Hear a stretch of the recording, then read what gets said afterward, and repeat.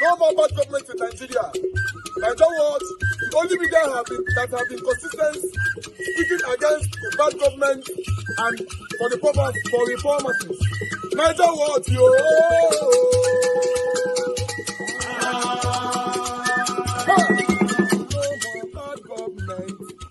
No more bad government. Niger what? No more bad government. Niger what? No more bad government. The only media that have been speaking. No more bad government. The voice of the voiceless. No more bad government. No more bad government.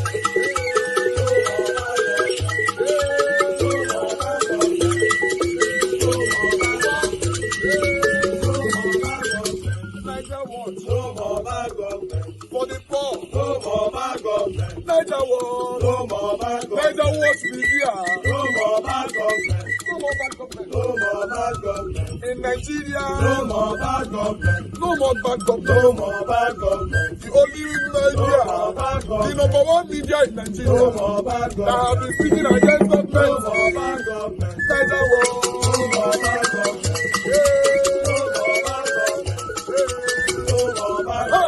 Niger what you?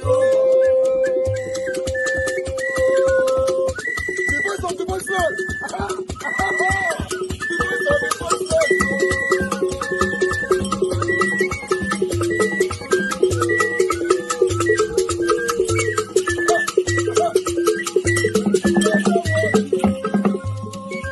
Voice for the voiceless. Voice for the voiceless.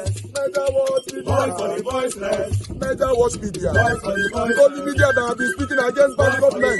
Being consistency since 1944. Voice for the voiceless. Voice for the voiceless. Umuwame. Voice for the voiceless. Umuwame. Voice for the voiceless. Voice for the voiceless. Voice for the voiceless. Voice for the voiceless. Voice for the voiceless. Voice for the voiceless. Niger what you? We have been seeing all you guys have been doing. And we recommend citing anti-party. The People's Democratic Party, PDP, in Edo State chapter, has announced the expulsion of former Deputy Governor Philip Shaibu from the party, citing anti-party activities. Shaibu was the Deputy Governor before Godwin Obaseki before his impeachment. Shaibu was impeached for allegedly leaking classified government documents, amongst other allegations. This comes after Shaibu declared his support for the opposition All Progressives Congress candidate, Monday Okpebholo, in the upcoming September 21st governorship election in Edo State. The Edo State Working Committee of the People's Democratic Party, PDP, also confirmed the expulsion of the National Vice Chairman, South of the party, Chief Dan Orbih, and the immediate past member representing Uredo Federal Constituency, Ogbeide-Ihama. Joining us now is the President, African Public Interest Lawyers Union, Honorable Andre Adeze-Nwata. Good morning. Thanks for joining us. Good morning, Osaroge. Good morning, Olive. It's a pleasure to be on the program this morning. Good to have you join us. Interesting developments there, of course, after Shaibu was impeached as deputy governor, now he's been kicked out of the PDP. What are your thoughts? Does this show, division within the PDP, or is, do you see this as the PDP really just, taking actions that were necessitated by Shaibu's recent actions? Yeah, thank you. You must agree with me that PDP, just like Achibe's book, Things Fall Apart, where the quote of YB, he referred to it as things fall apart, the center cannot hold. May anarchy is loosed upon the world. PDP as a party, as I speak to you, is completely empty.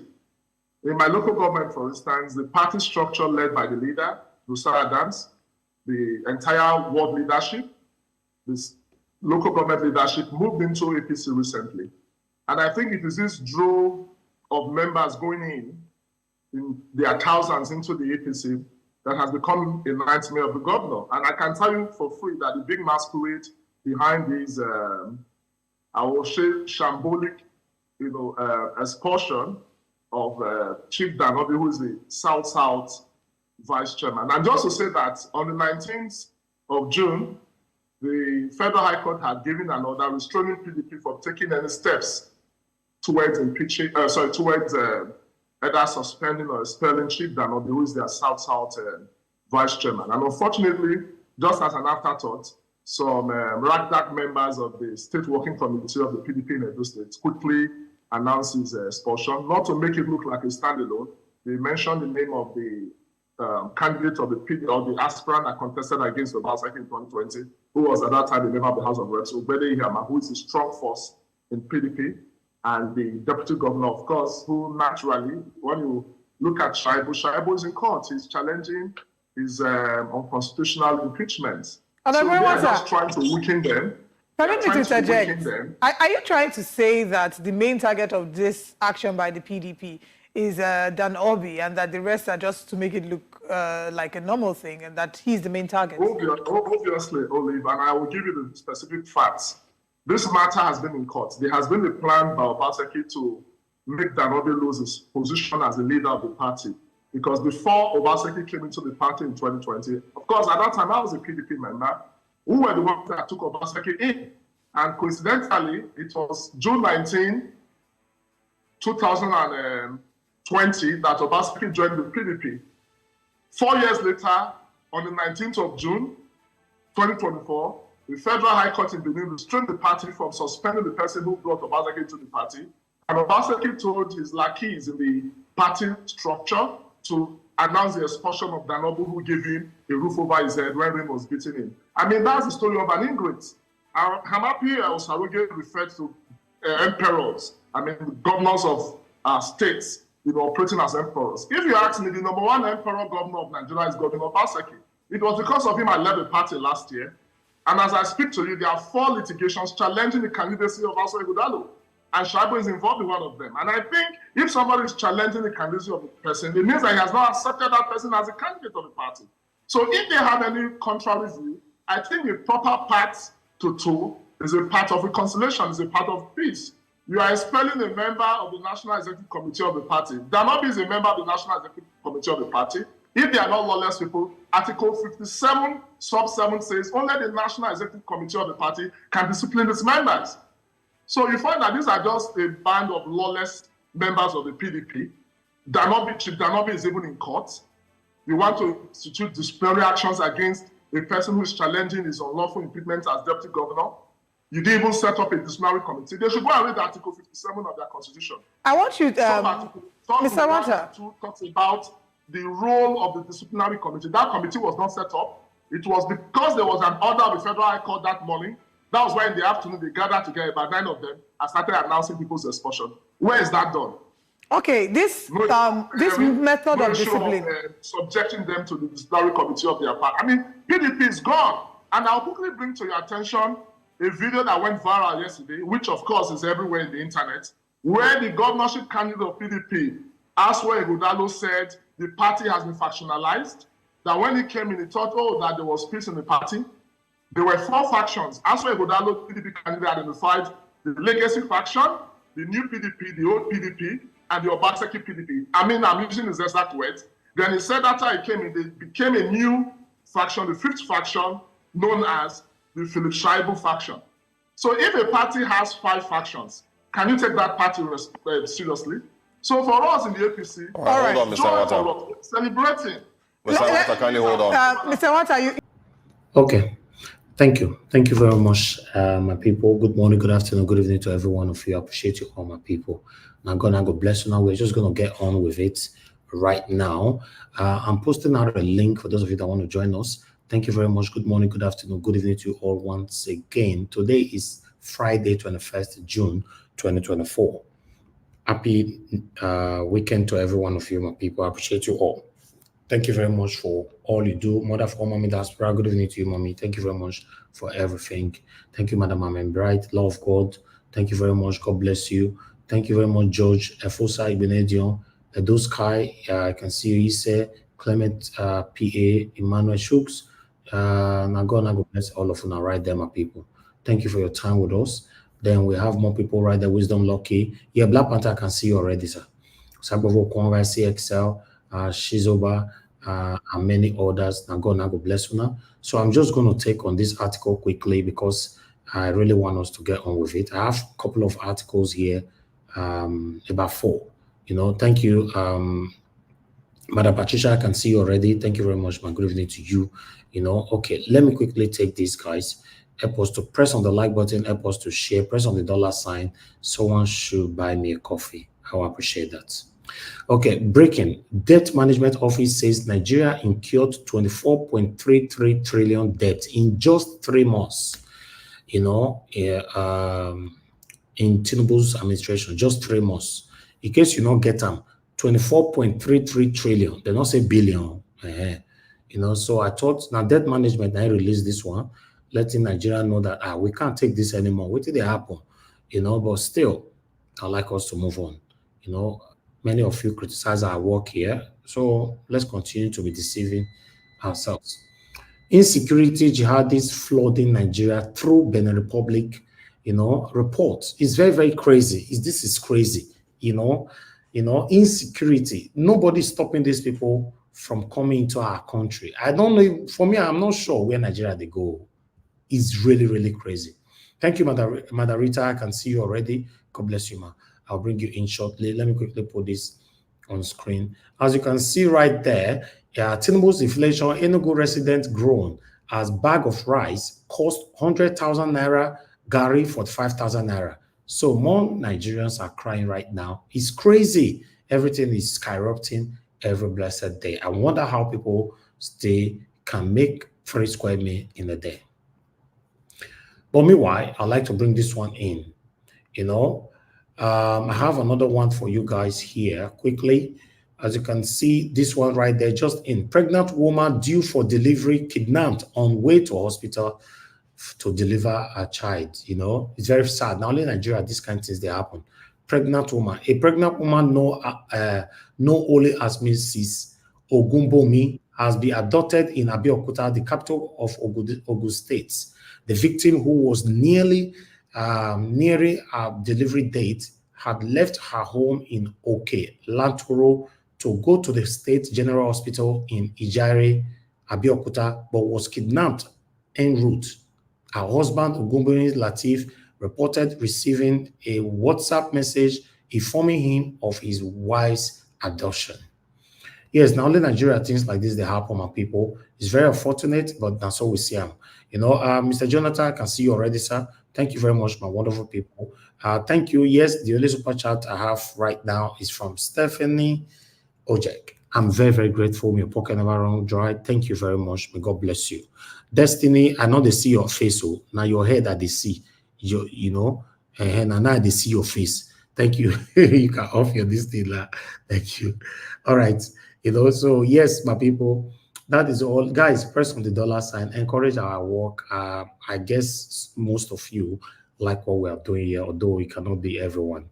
I appreciate every one of you, what you guys are doing.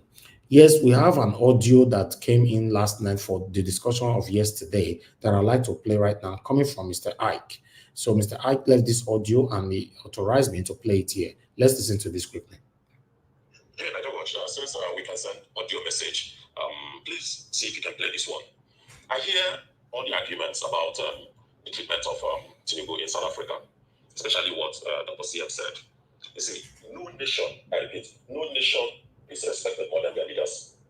So when you see this thing happening, you think we should have to take Nigeria what they did before and then apply it the way it is now. It will not work.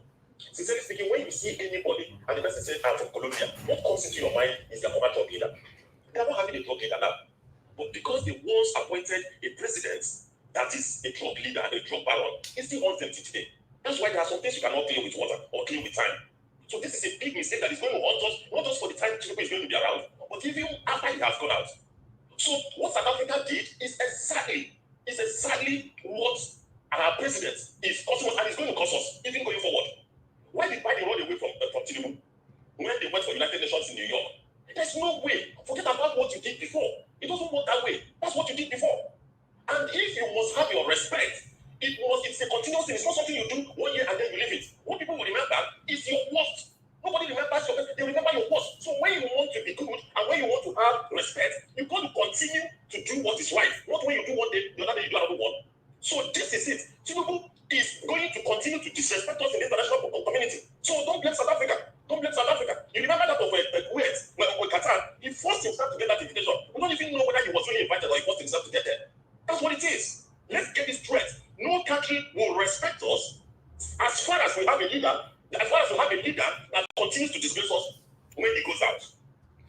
All right, that one is coming from Mr. Ike. Left that for yesterday's topic, but we thought to bring it in today. Like I said before, anybody that want to give a submission, always leave audio for us. If your audio is appropriate, we'll play it here. You know, if we cannot play it on the same broadcast, we promise to play it on the next broadcast. Thank you very much, guys. And in case we missed your audio, it's your responsibility to remind us by sending more message. I have audio there. Please play my audio. And God, have a blessing on my people. I'd like to appreciate Adelaja Ogbeide. Thank you very much, sir, for the support. Always, I'm very, very grateful. Thank you so much. Guys, help us to press on the like button, help us to share. We're going to start talking shortly. But meanwhile, let me take some calls. For those of you that want to call in 3 minutes, I'd like to take 4 calls quickly so that we can move on. If not, I'm going straight to the panelists, you know, and I might not be here moderating. So when you are calling, I cannot stop them from continuing their submission on the panel. Okay. All right. We have Ogashimize with us already. Ogashimize, thanks for calling in. So you have 3 minutes. Talk to us. Good Yes, sir. afternoon. Thank you. Good evening. Good morning. Yeah. Go ahead, sir. Okay. Thank you for all you do, Niger Watch. I greet all Nigeria and all Niger Watch family. Yeah, Eedris has said it all. You know, that interview and his music. You see, it's only Nigeria. Nigeria love their oppressors. And you see, his music is telling us about what is going on right now. And that is true. But some people will cascade him. Some people will say all manner of things. But when you look of even the Shaibu Kuti, that always rant on the social media, have we even one day think about? I haven't seen him think doing what his father was doing. You know, I don't see any musician that doing what Fela was doing, telling government what is happening to us, telling they're using music to tell them. That's what Fela was doing. But right now, nobody's doing it. It is that is Eedris say it the way it is, and that way it is in Nigeria. That no musician, all they think, all they know about if they don't put a woman on their stuff, on their music, it can never sell. But come out, say something about your government, put it in music, they will listen, they will hear it. Everybody, they can hardly listen to music. Music is what it shows. So that's it on that side. Come for Edo, what is going on? Look at, I'm listening to this APC guy say, oh, it's applause to them, it's for them. Why you say you're celebrating? Why are you celebrating? That this, that. Come on, all the you guys, all these, in fact, these politicians, in fact, I'm very ashamed of themselves. I'm ashamed of them. Because no, all of them is lie. They lie so bad. They talk, they go after each other, telling this person, say, I say. Thank you. In fact, the politicians, they doesn't, if all, in fact, some of the politicians, the one they have in mind, some of them want to go there for their stomach infrastructure.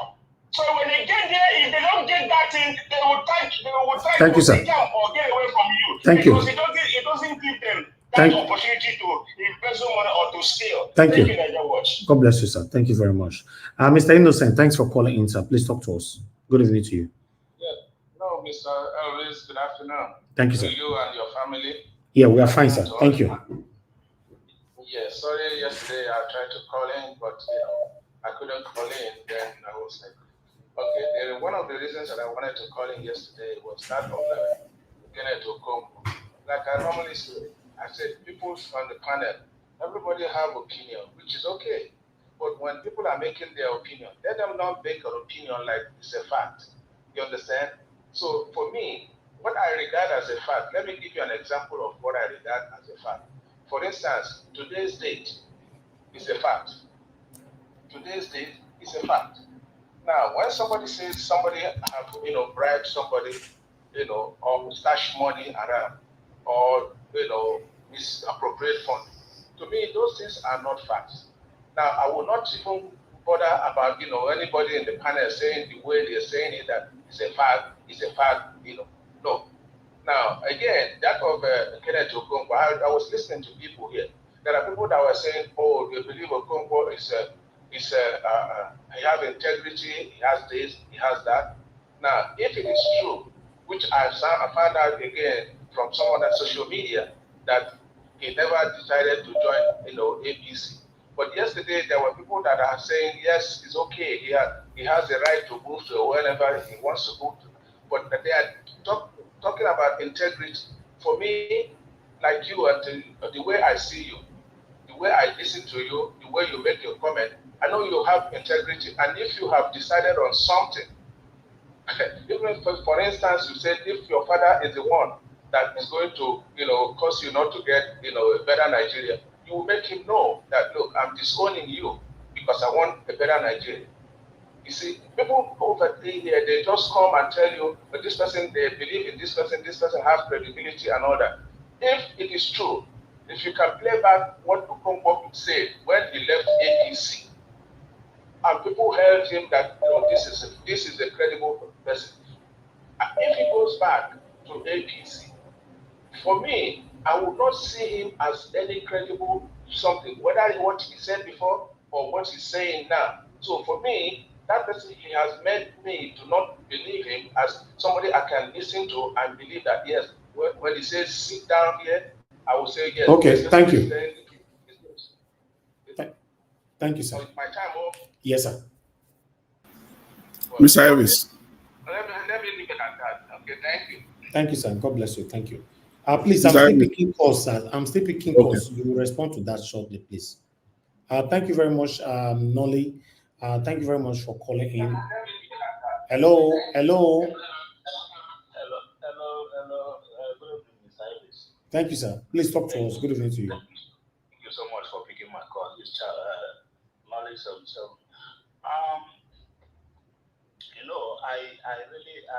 I want to speak of this Edo election. This Edo election is bringing some memory back to me because I remember when we used to call PDP and APC we call them satanic party. I just want to know if anything has changed. Have PDP become born again, repented from being a satanic party to because when I see the way people are talking about this PDP, and I just want to say this: no matter how people paint it, Obaseki didn't do well in Edo State. He never do well in Edo State, no matter how. Because the thing is that if he does well, you will see it in the face of the people. Just like we're seeing in the face of Abians. We're not seeing the same thing in Edo. And listen, Abia people, this man is alleged didn't go about telling people, bringing some stooges, some people to come and campaign for him. Everyone is seeing what he's doing. Even people are going on with their own telephone, videoing and putting it online. But this one, for instance, Alex, our own Alex, he lives in Edo State. Sometimes when all this thing is happening, I used to ask, is this Edo the Alex is living or the another Edo they are talking about when they say that Obaseki is doing all this? And there is nothing that nobody can tell me that PDP is going to do well in Edo State based on what the PDP chieftain said. He said on something about Donald Duke.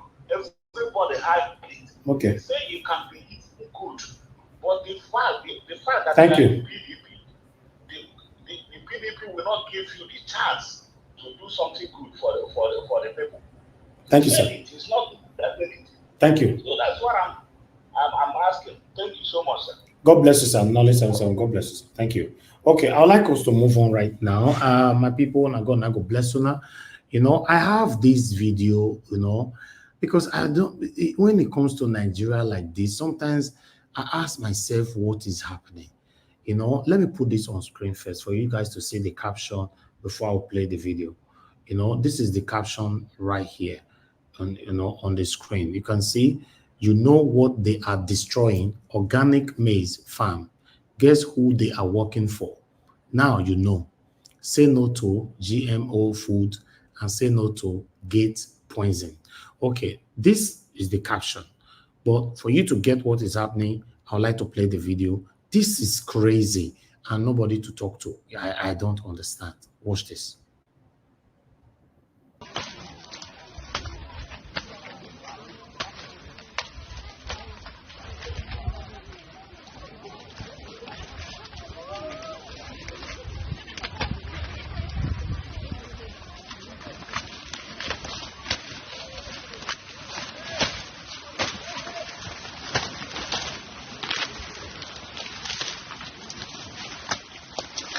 Ada like mah tu.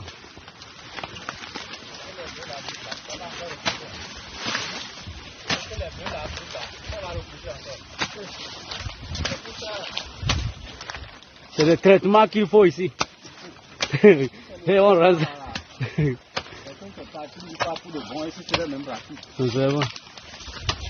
This is crazy. I have to stop it right there. That video long, you know. This is crazy. And we are talking about there's no food in Nigeria right now and all that. What is happening? This is crazy. But let's start talking. I appreciate every one of you right there, my people. Thank you very much. Guys, press on the $sign, encourage our work. And God bless you now. Help us to share and hit on the like button.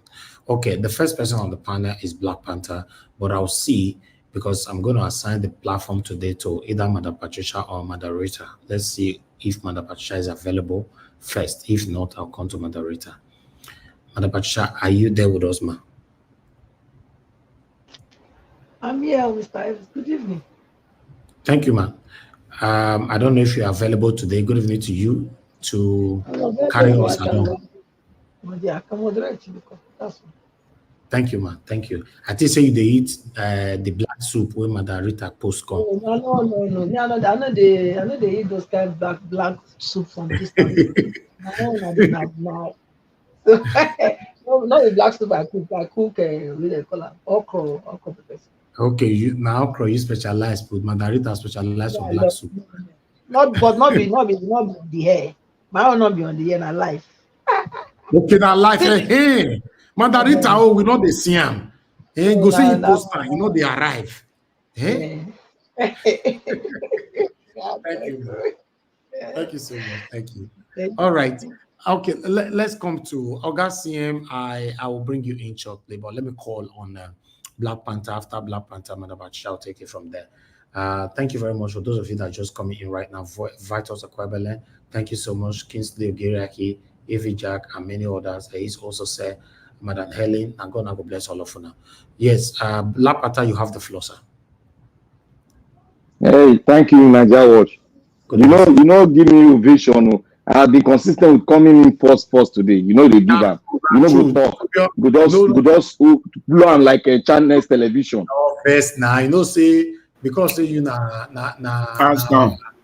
first. That is what I want.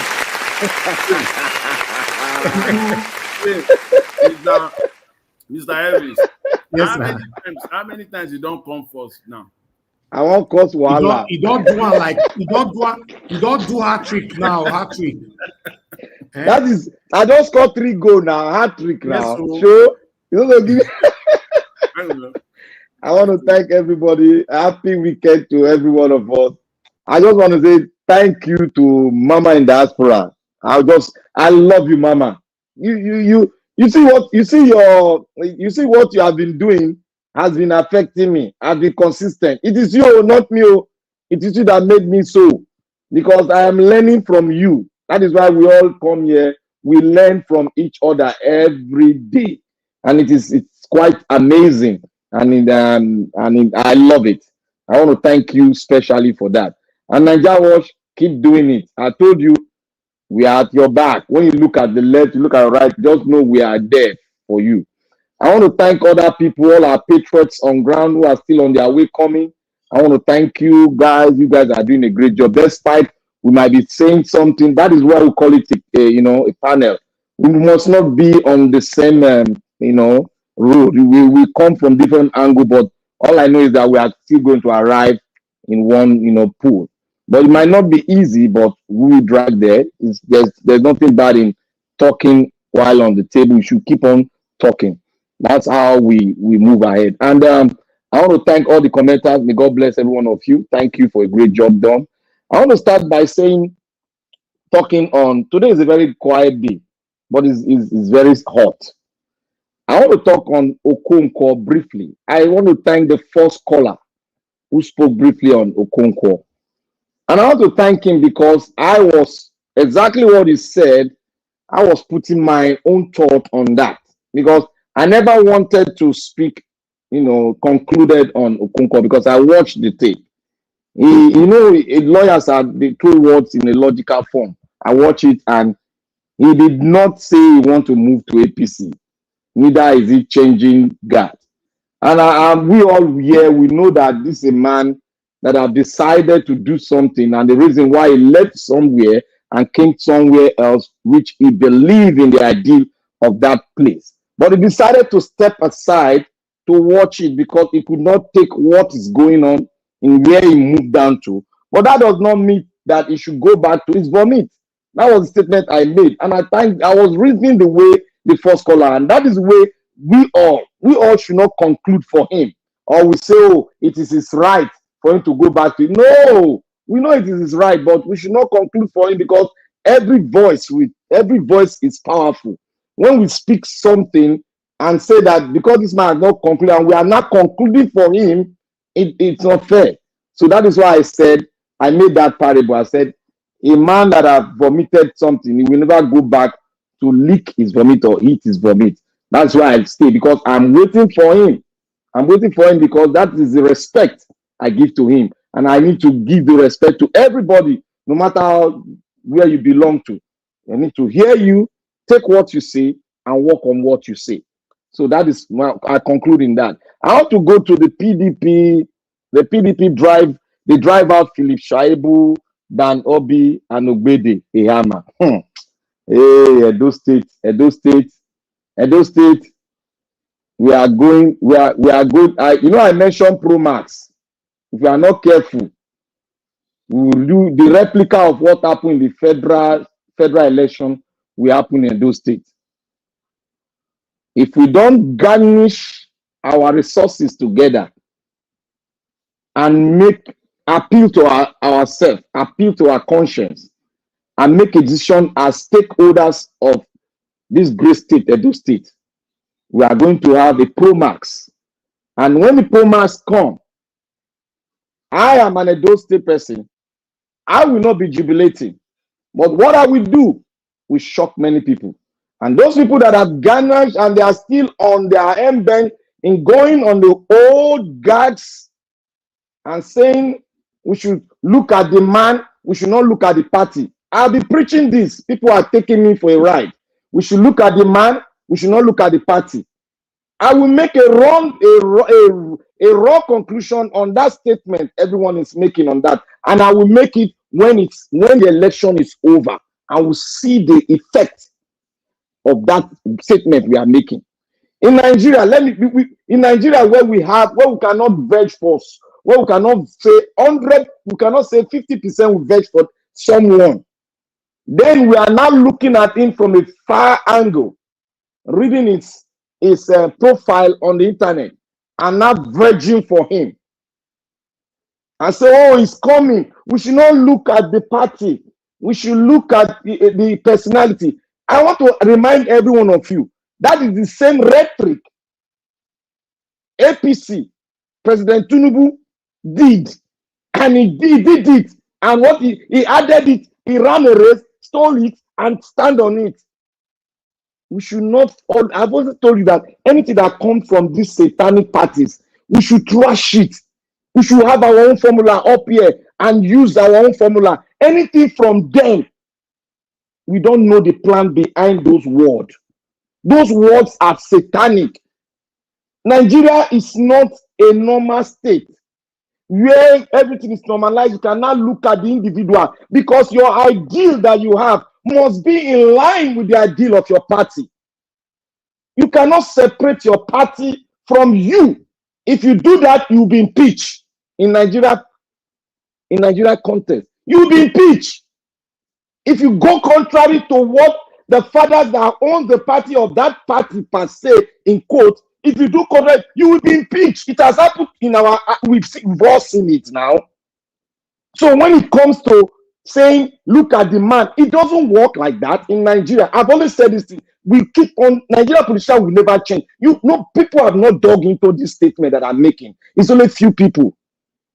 It will not change. Those two parties that you see, I'm not talking about the new one. Those two parties you see, they will not change.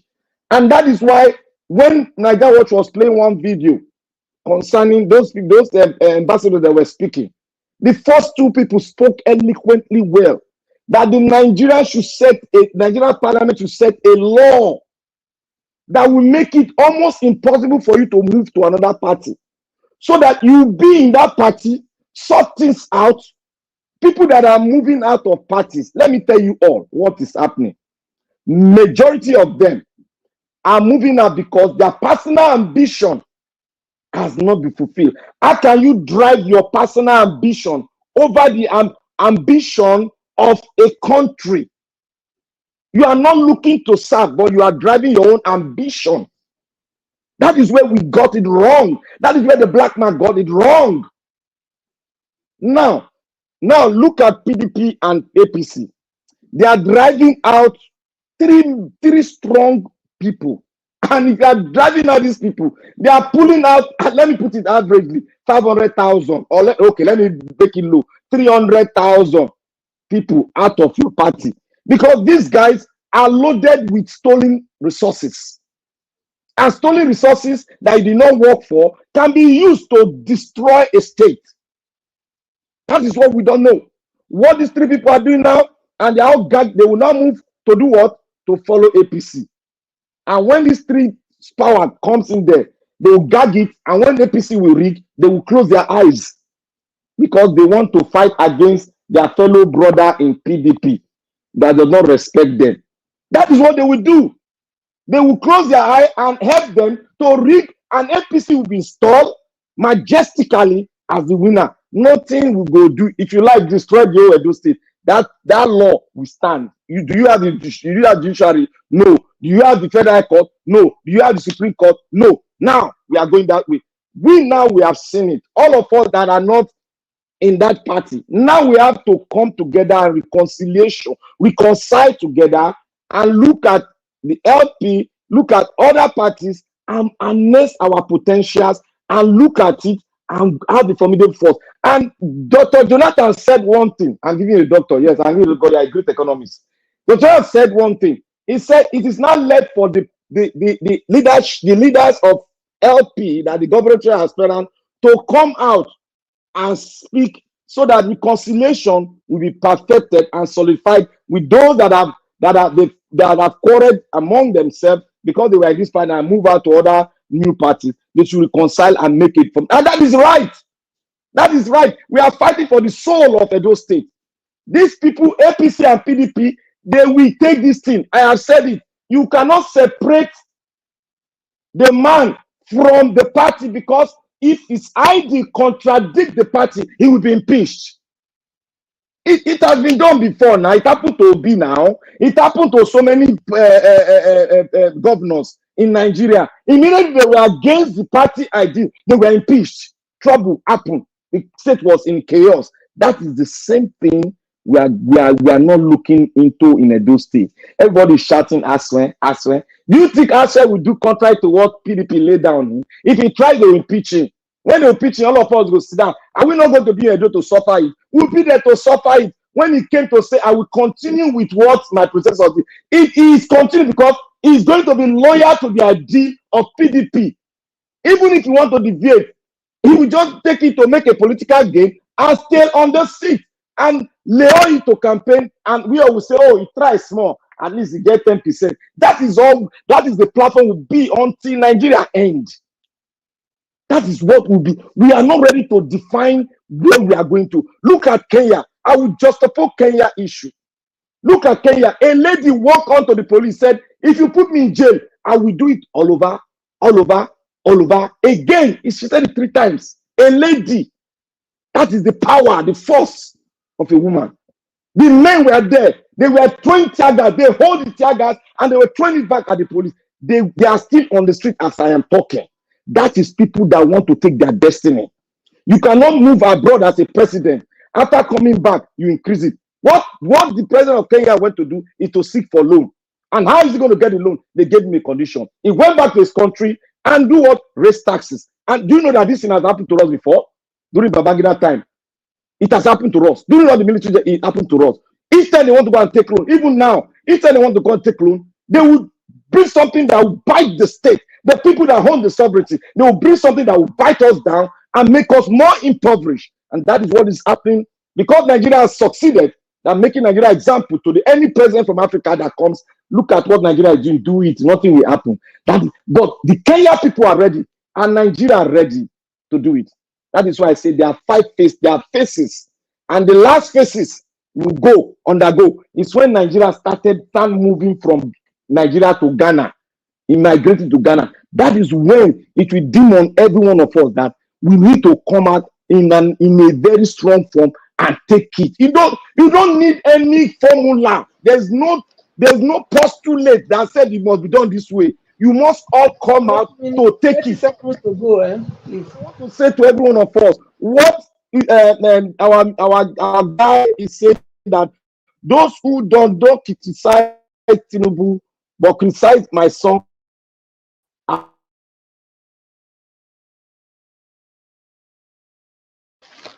Okay, I think his system has logged him out. Can everyone hear me, please? Good evening. Yeah, I can hear you. Yes. Okay. Yes. Okay, I think his system has logged him out.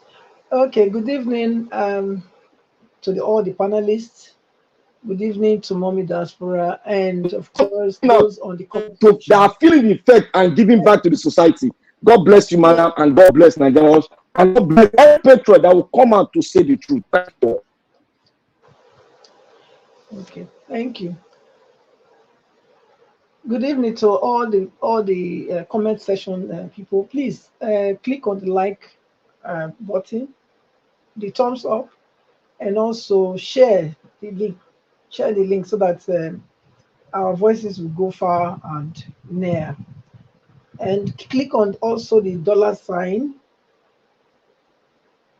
to buy Mr. Eedris a cup of coffee, and subscribe to our channel, so that you'll be a member. And then there's a bell sign on the side there. Click on that bell sign as well, so that you'll be one of the first to be notified when Mr. Eedris comes online. So thank you so much in advance for doing that. Yes, PDP drive out Philip Shaibu. Well, I saw it coming. I saw it coming already because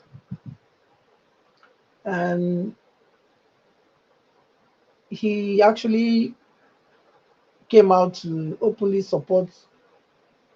He said he was defecting to APC.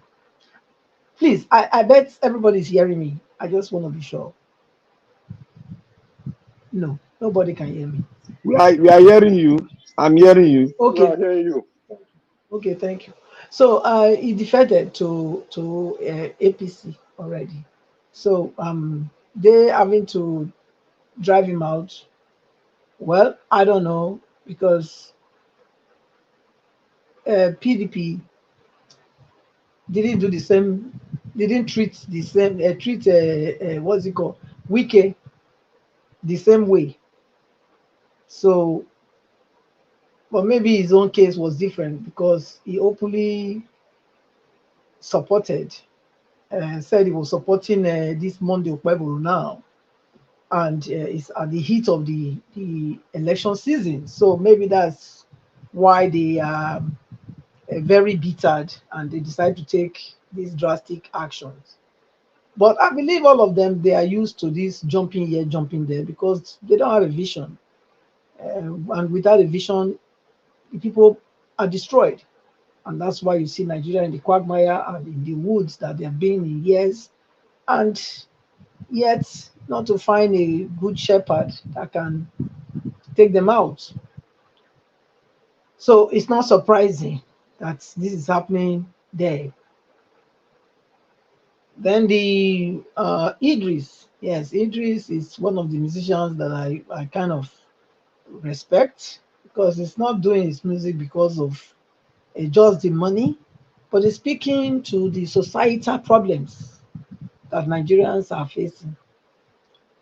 So I love the fact that he sang he released this new song, which really capture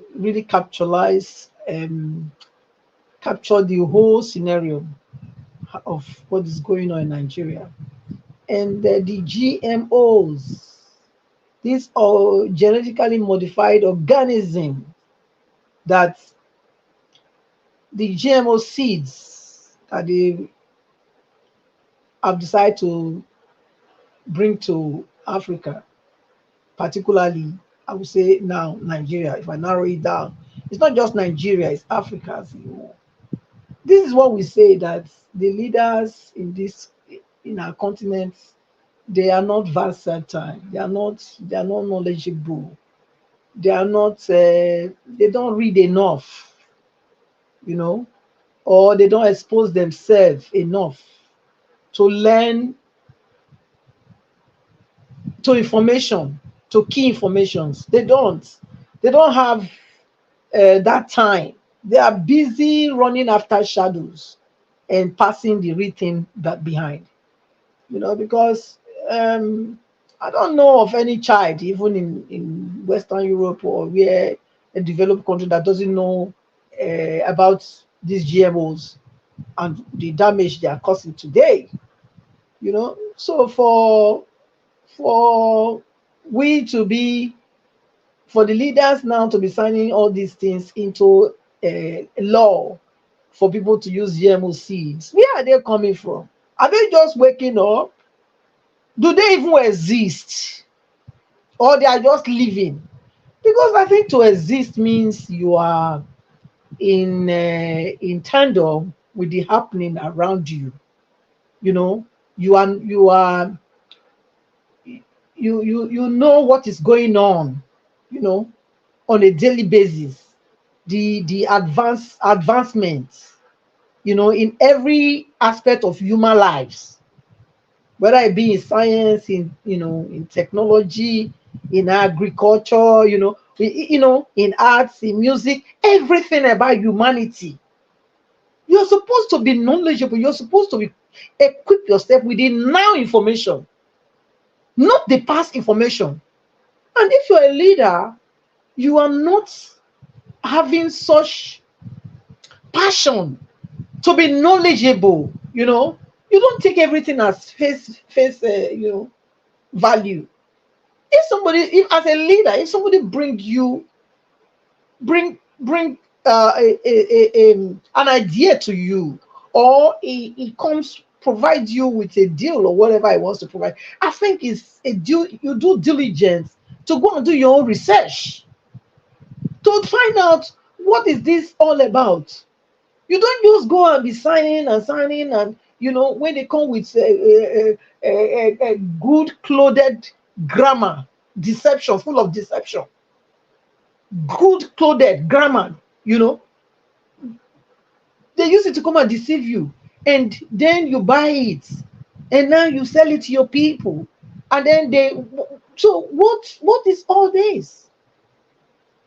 The GMOs, they are not only in seed, not only in agricultural seed, also everything about humans, everything about organism. It could be meat, it could be cow, it could be chicken, it could be goat, whatever. So it's not about corn and cassava and plantain only.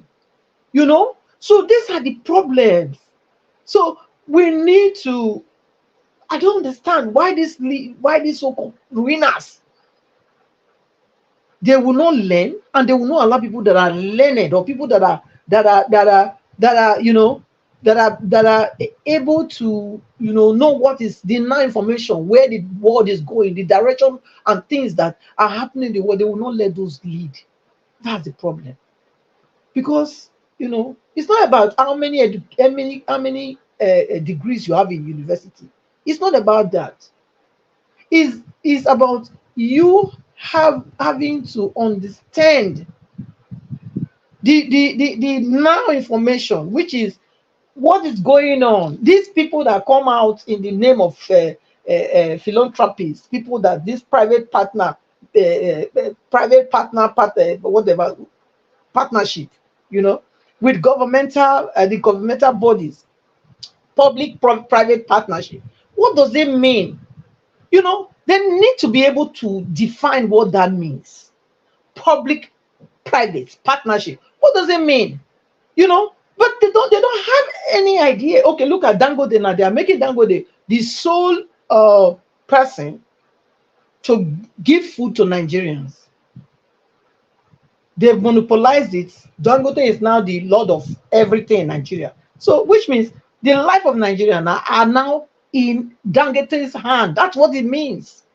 And that's dangerous for anybody or any family or nation to hand over everything about their life on one man's hand. How? They should allow, free markets.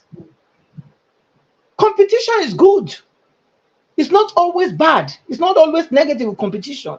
In fact, competition drive down, the what they call the price. Because if it's only Dangote selling whatever he's selling, is what he gives, the price that he puts that you will buy. And now he's being used by these people to destroy Nigeria, because he is having these farms. He's involved with these farms, the GMO farms.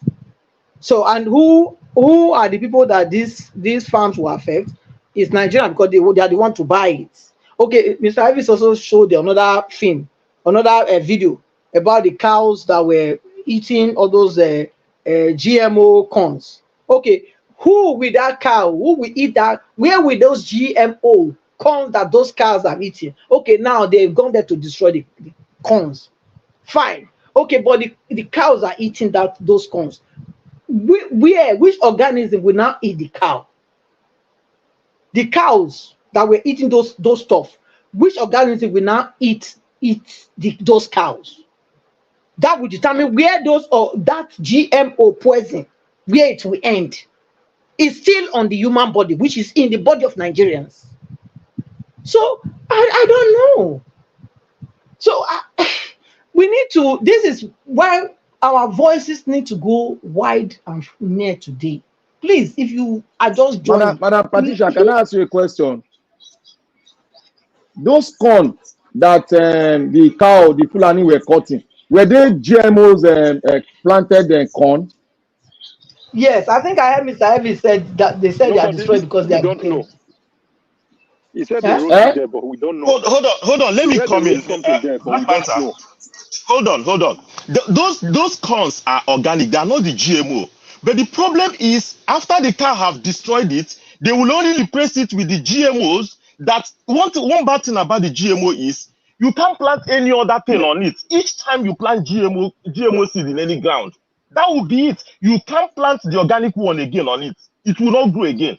So that's why Nigeria doesn't even understand. Many countries that adopted this GMO have banned it in their country, and Nigeria is welcoming it. You understand? So it's a terrible state. It's a terrible state. And that's why everybody on this platform, on this channel today, please, press on the like button, share it, call your people, let them, connect so that they will hear. Because it's very important. This thing is causing cancer, it's causing a lot of sicknesses. It's been said that these GMOs, they are no go area at all. Whether it's in the meat, whether it's in the eggs, whatever it is, as long as it's not organic, run away from them. pay a little bit more for the organic one and know that yes, you will not have to spend money on medication and also the pains to be that one will be in when they are being affected with these poisons. So please, my people, do yourself the good and do your families the good to educate them about these GMOs seeds. They should not take it. And even these so-called ruiners, I don't know where they are coming from, because they are only concerned about the money. They don't care about people. Because if you really care about people, I don't think you will do most of the things they have been doing. They will not do it. But they forget that when they manage to finish Nigerians, they will not have anybody else to govern. That's one thing. And they are not looking at that side yet. But God will definitely protect and defend Nigerians. God will protect the poor. God will fight for the one that cannot fight. He will fight and deliver Nigeria from every one of their plots. In the name of our Lord Jesus Christ. Yes, so I will leave it there. I will call Madam Rita to please talk to us. Good Thank evening you very again. much. Sir. Thank you Thank you. very much, Madam Patricia. Good evening. Good evening to everyone in the panel. My darling Mommy Diaspora, Obuta, Mr. Elvis, greetings to you, sir. Happy Friday, happy weekend. Yes, Mr. Elvis, speaking about the black soup, I don't think you want me to show my black soup because everybody will be converted, including those who eat okra soup and egusi. I bet show am. I bet show am. I bet show am. I beg you. Madam Patricia, Show you me. like foods. Yes, I think I came in when Mr. Emata was speaking. I didn't watch the other videos. I guess maybe I might not even speak about them, but for the past couple of days, I've just been thinking about like what is really going on. This is a very special time to be alive because I'm thinking as far back as 1999. I don't think anybody who ever thought that politics would be played this way in Nigeria, where you can be in a political party, and you can swing you can swing to the other party and still claim that you belong to the party you belong to. It's just, it's crazy. When I talk about Nigeria being mad, yes, Nigeria is mad. The style of politicking is also mad. Going down to Edo State, the way politics is being played in Edo State, it's really appalling. I never grew up to see politics being played, and Governor Baseki is the seed. Governor Baseki, I think, is the seed of where we are today. Why did I say that? He was in APC as an APC governor, and from his claims that he was being intimidated, Edo people, well, not Edo, all Edo people, because I didn't support him in 2020. Majority of Edo people, supported him and said, you know what, nobody can intimidate anybody.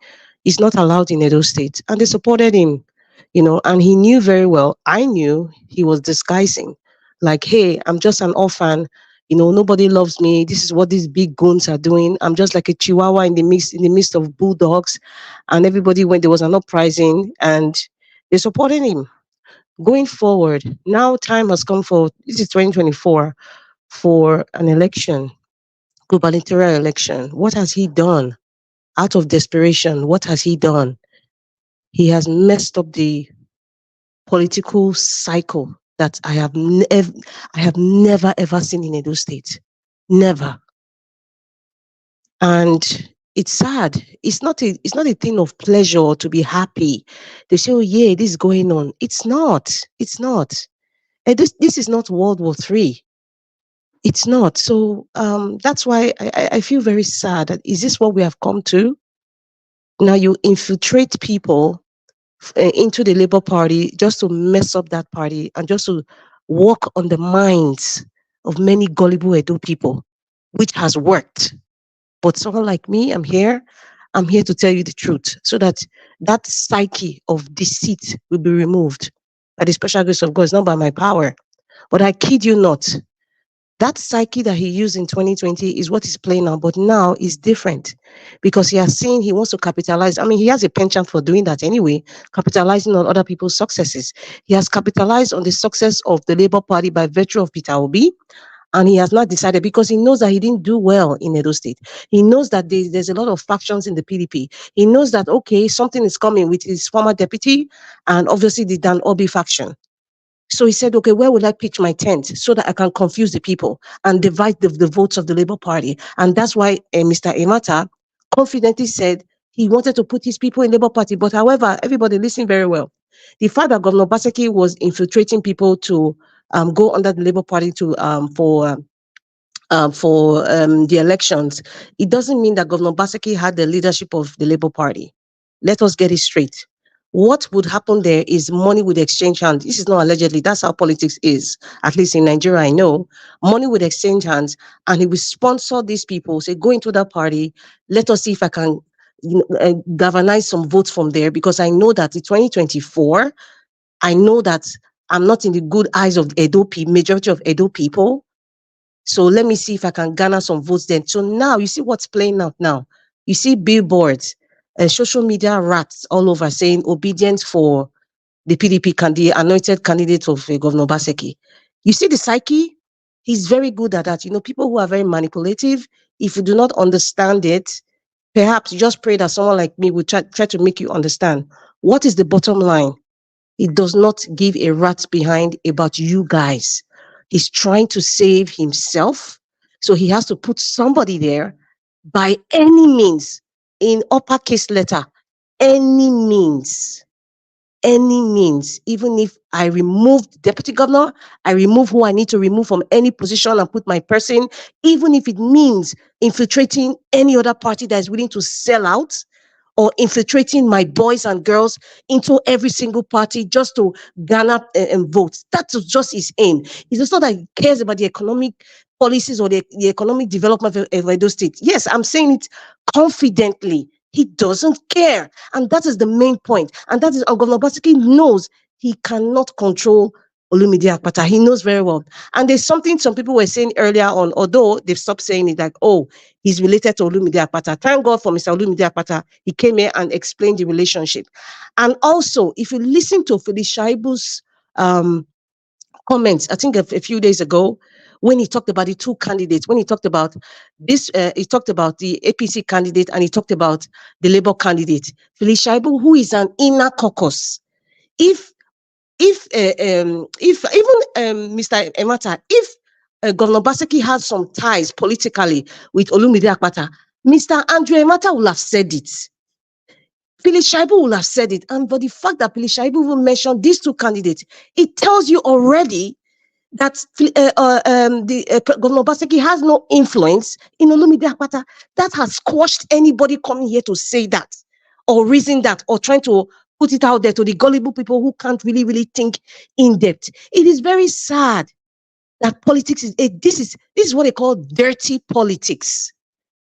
Governor Obaseki is playing dirty politics and he's doing it in public because he is desperate. Yes, Governor Obaseki is desperate. However, I can say confidently that Olumide Akpata will be the choice because Edo people, you see what is happening with PDP and APC, and you see swingers swinging like a pendulum, going from one party to the other. What does that tell you? The ideology of even the party that they represent, they don't even follow it. It's all about me, myself, and I, because politics in Nigeria, we are not practicing democracy anyway, just in case you guys know. It's just written in paper, but what we are practicing is not democracy because Nigeria is not even a nation. So everybody is dog eat dog. It is my way.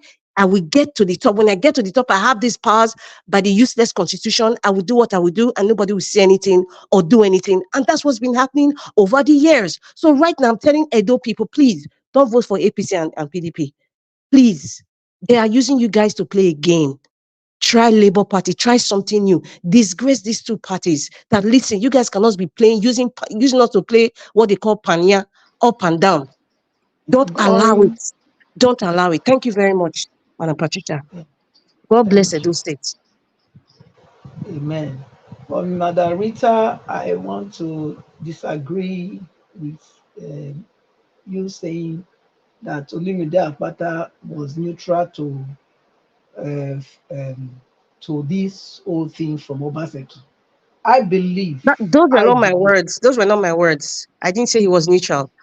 I said he was not somebody that was planted by Governor Obaseki. Like that's what the rumor was then. But so you're saying something different, which I didn't say. That's what I'm saying. You say it's not somebody that was planted by Governor Obaseki. Yes, yes. But I am categorically saying that he was planted by Governor He Obaseki. was not, Madam Patricia, and I can prove it. And I just gave you 2 examples. Yes, when Mr. Emata was speaking, he talked about how. No, listen. No, listen, because we need to get things straight. People are listening. Because when Mr. Please, can you just listen to me, ma? I know my time is over, but you're saying something that is not correct.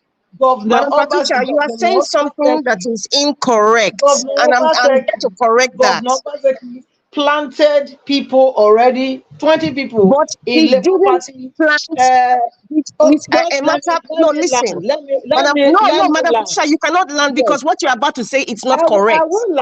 I will land because I'm the one moderating today. You're moderating, but you are giving people the wrong information. And I'm trying to give you the proof that the information is wrong. You are also saying. Don't say I don't know.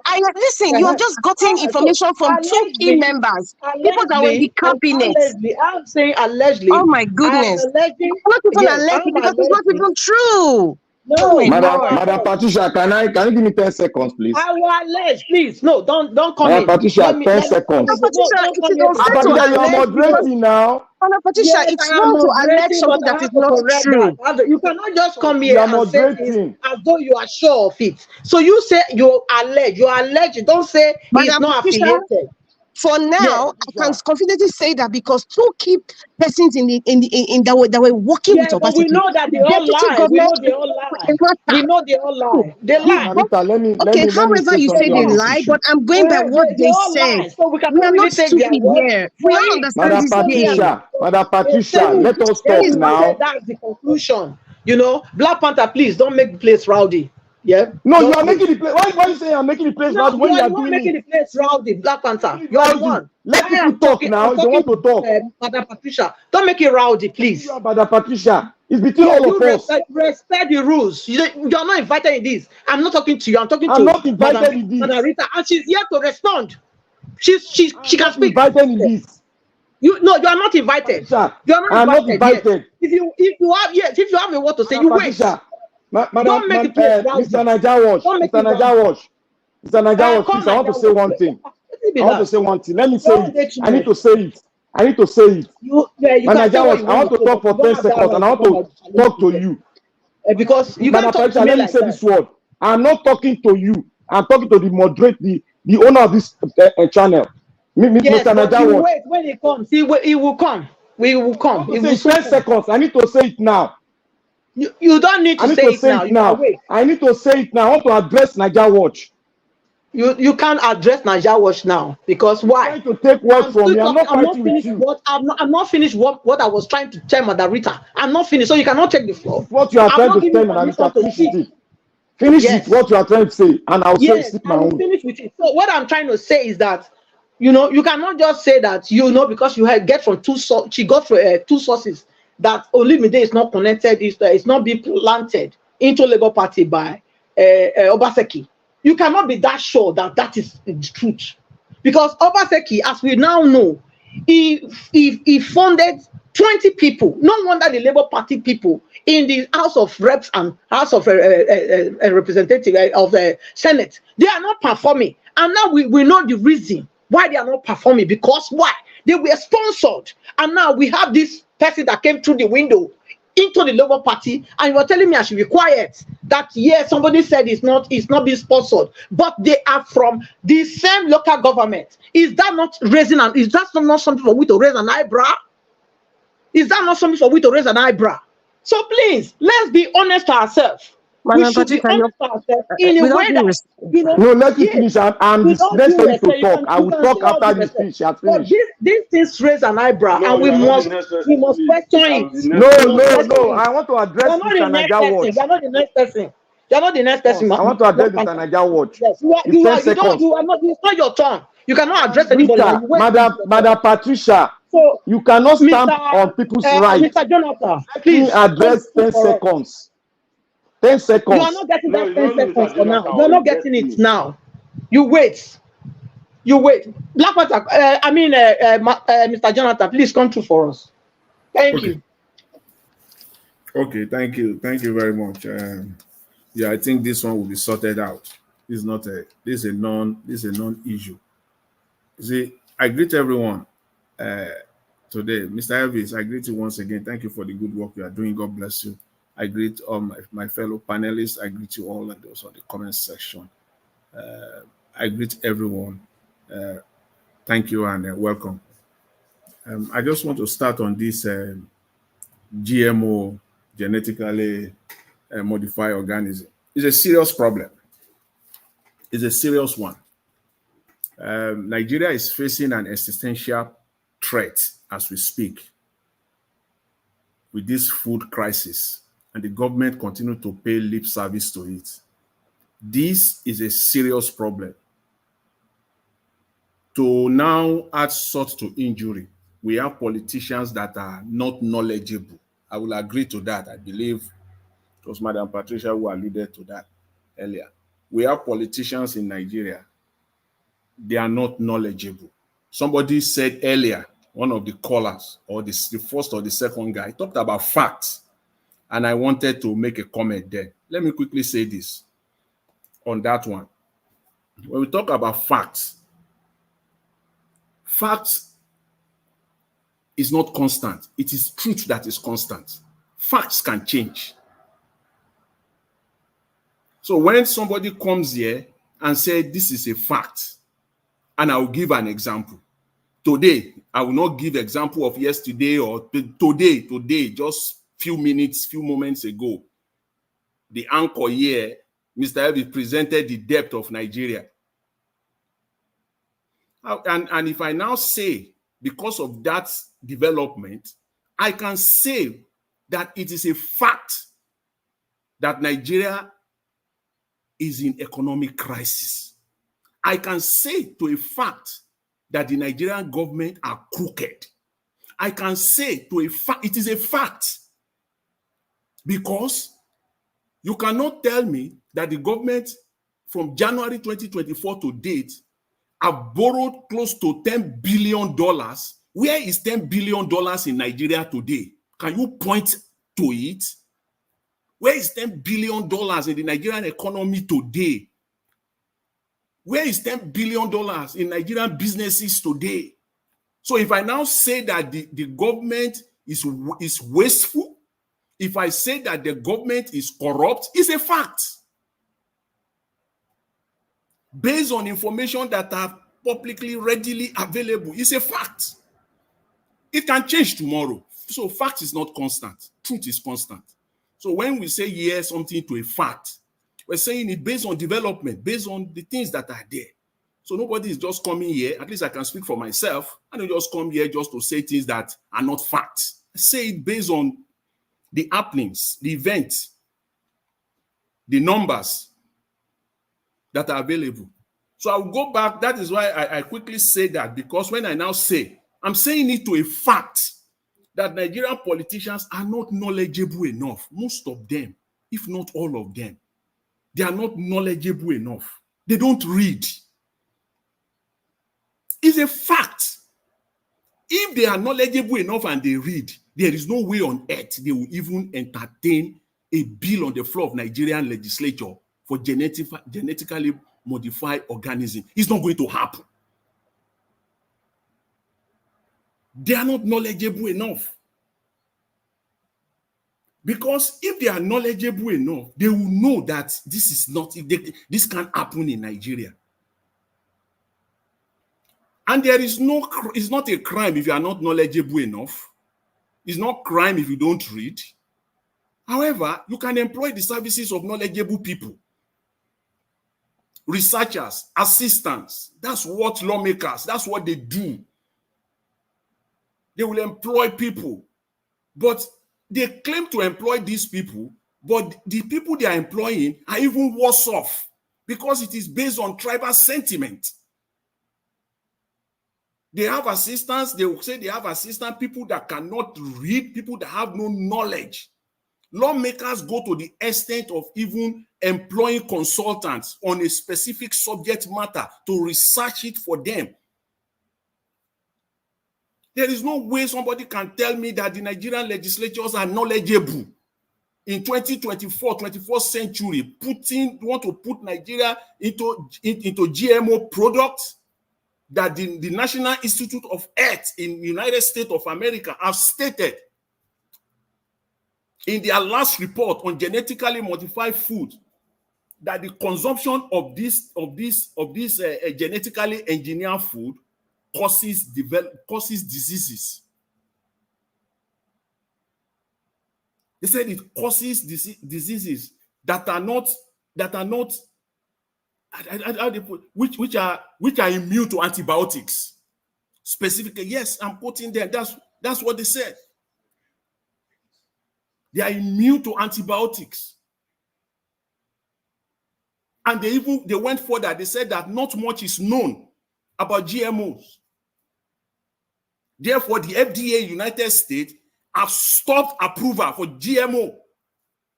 They put an embargo on it because, again, not much is known. And yet the Nigerian legislature went ahead to pass a legislation on that. We are in crisis. That's why I said the food problem in Nigeria is an existential threat to Nigeria. It is. It will buy Nigeria if care is not taken, if they don't start doing the needful right now. I mean, from yesterday. These are facts. How would in 2024, 21st century, if you have been reading anything at all about GMO in the last decade, just the last decade alone, you will know that it is not. It is not. On top of it, we don't even have good medical system. How will people survive? If we start seeing the backlash of this rubbish in the next 5, 6, 7, or 10 years from now. So they should hear this and they should just do the needful and stop this. And I'm glad that at least they brought this out today. Yeah, I'm really glad about that. And I want to talk, on the issue of Edo State,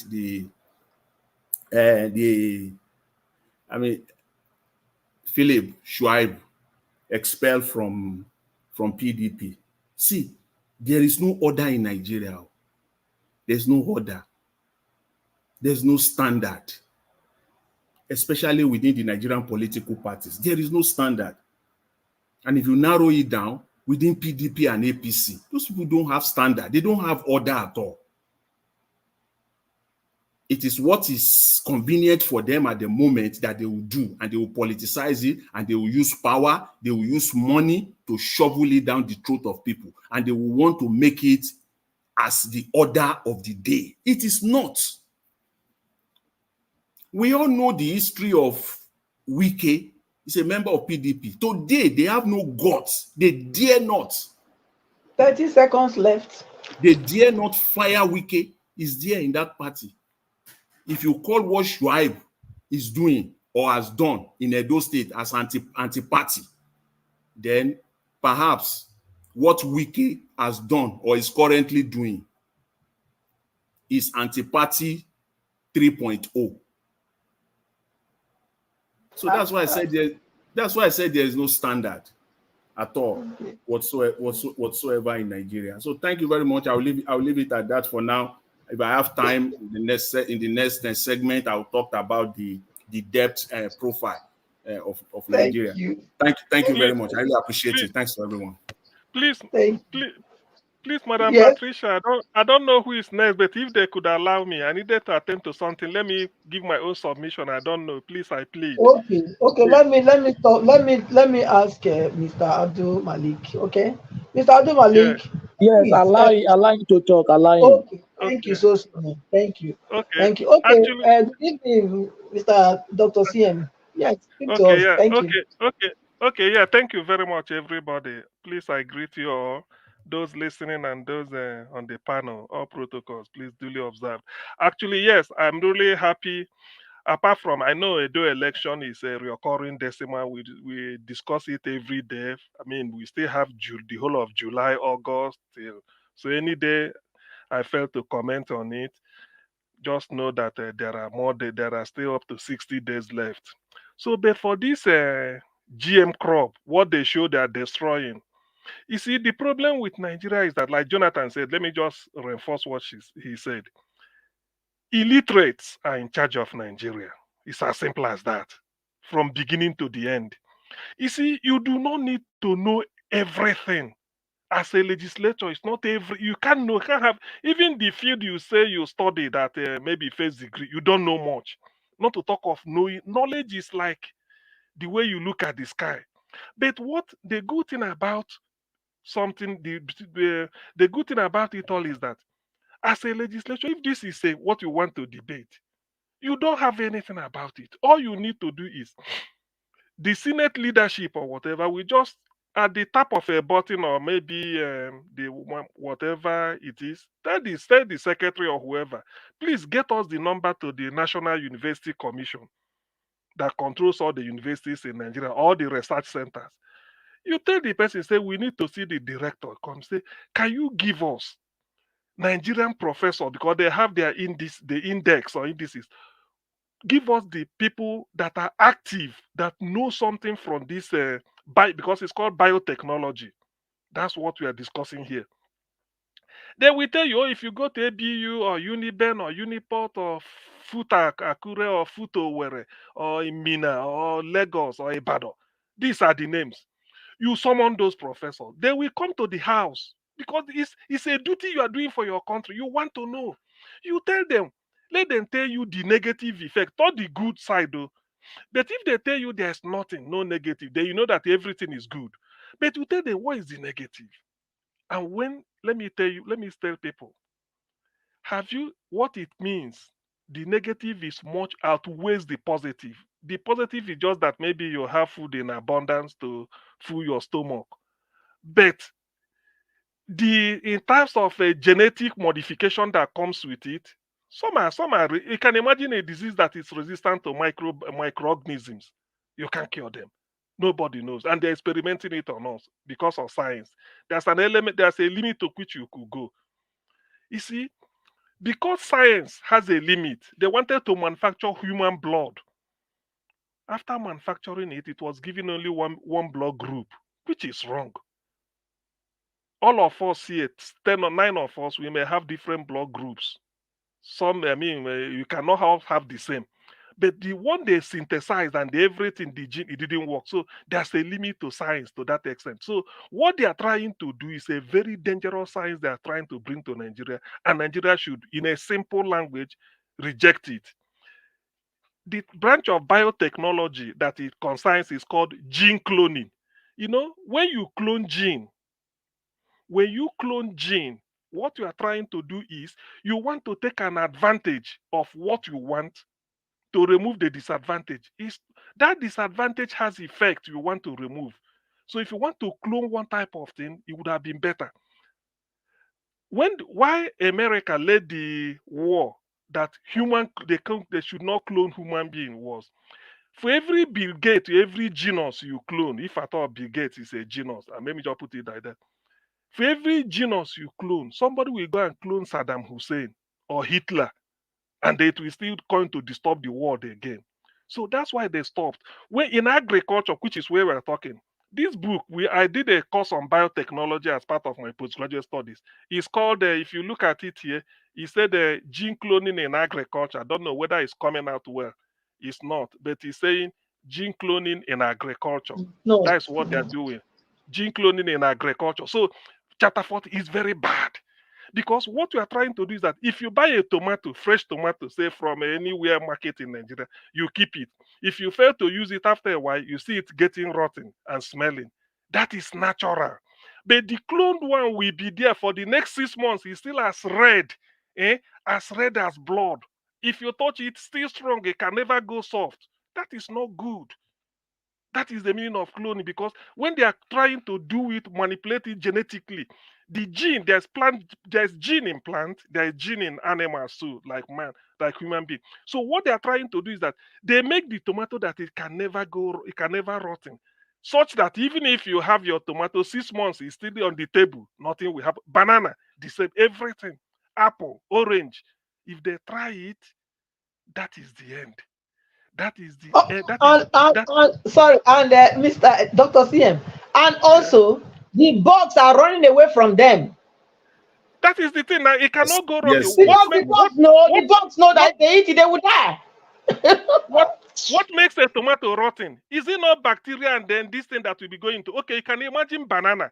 You know, if you keep banana, maybe you get a banana, it's not pure yellow. Some are start as still green, and you are waiting for it to ripen, maybe a day or two, you eat it.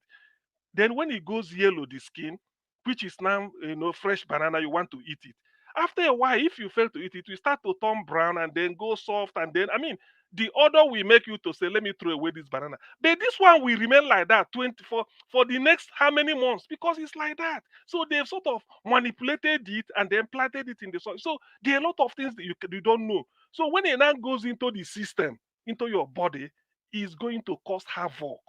Is going to first of all by simple immunology, it comes in as an antigen that will stimulate an antibody that the body hasn't recognized before. So what you are now trying to do is that the person will, you see, this will lead to certain things again. Said, how can we manufacture a drug that can cure this?